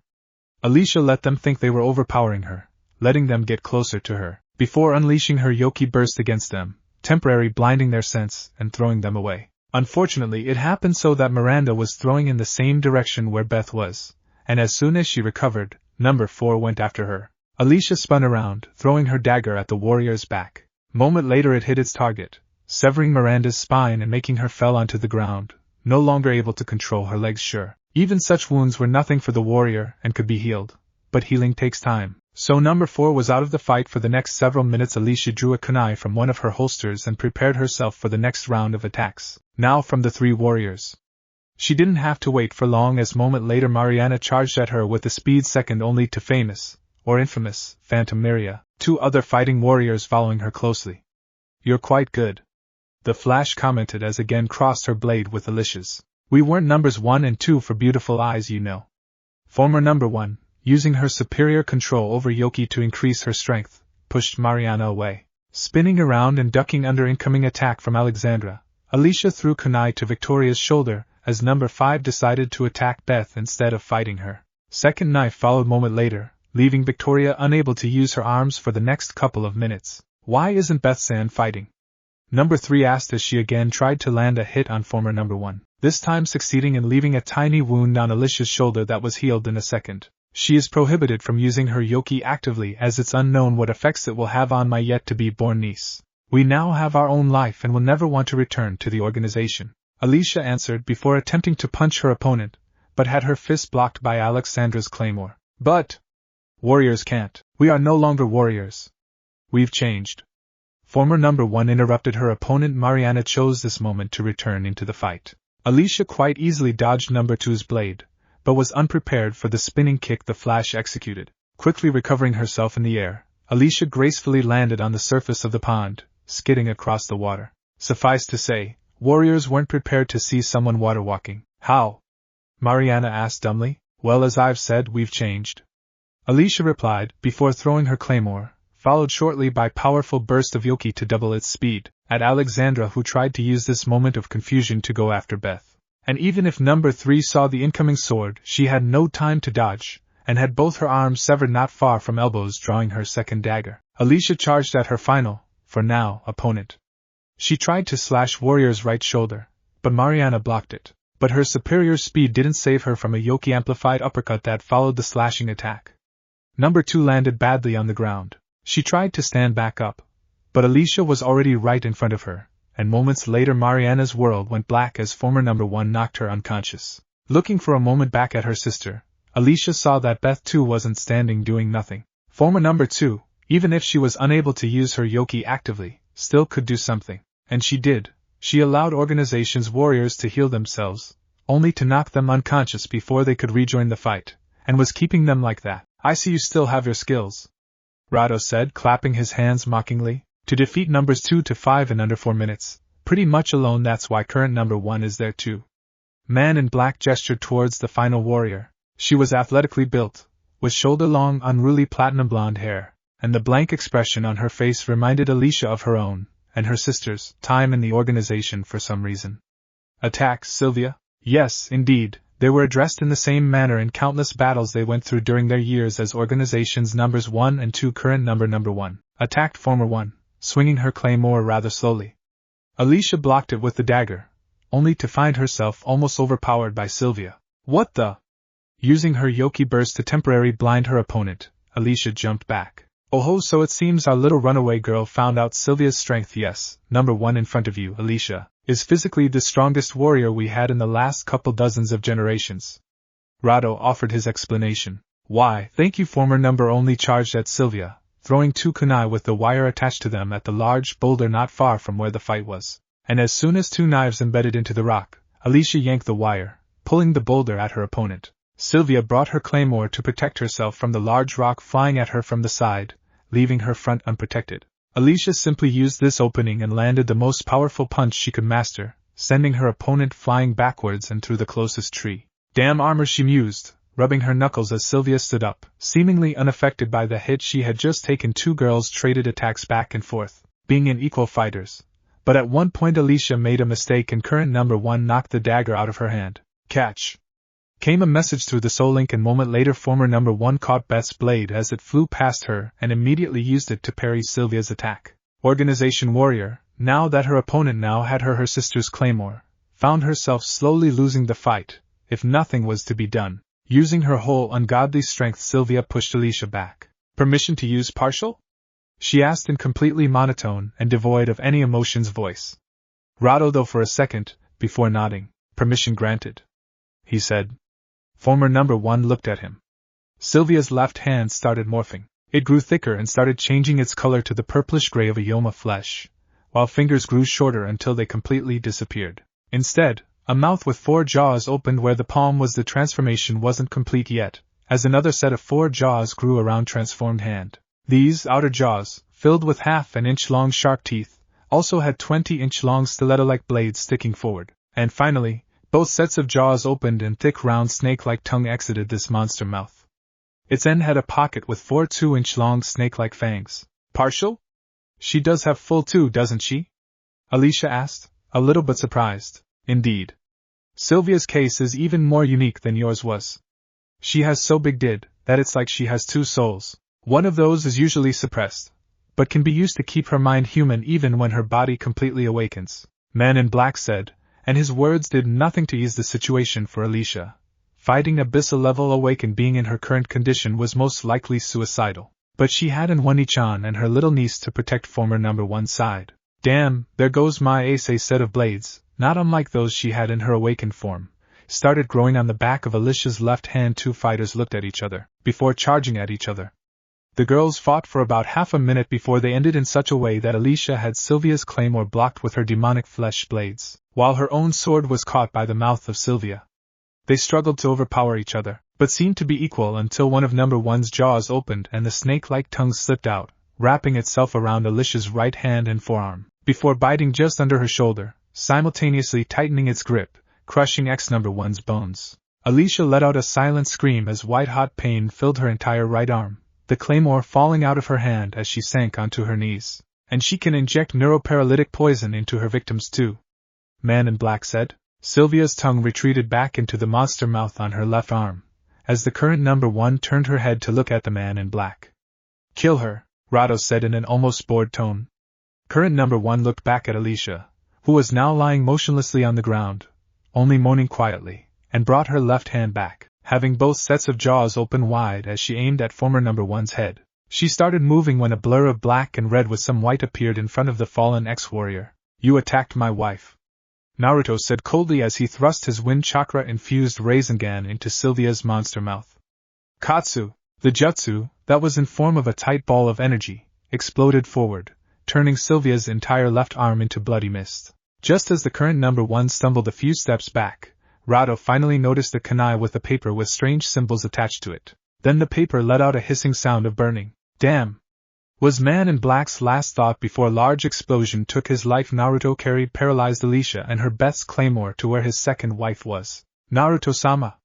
Beth launched herself at him, wrapping him in a tight hug and giving him a. He returned the hug lightly and, couple of seconds later, broke the. Later. The fight isn't over.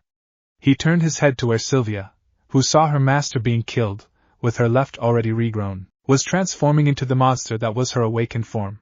Keep her safe. Naruto lay Alicia down onto the grass. So you want to fight as a monster?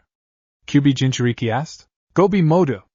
Crimson Yoki exploded out of his body, forming the usual cloak around him, only with 5 tails.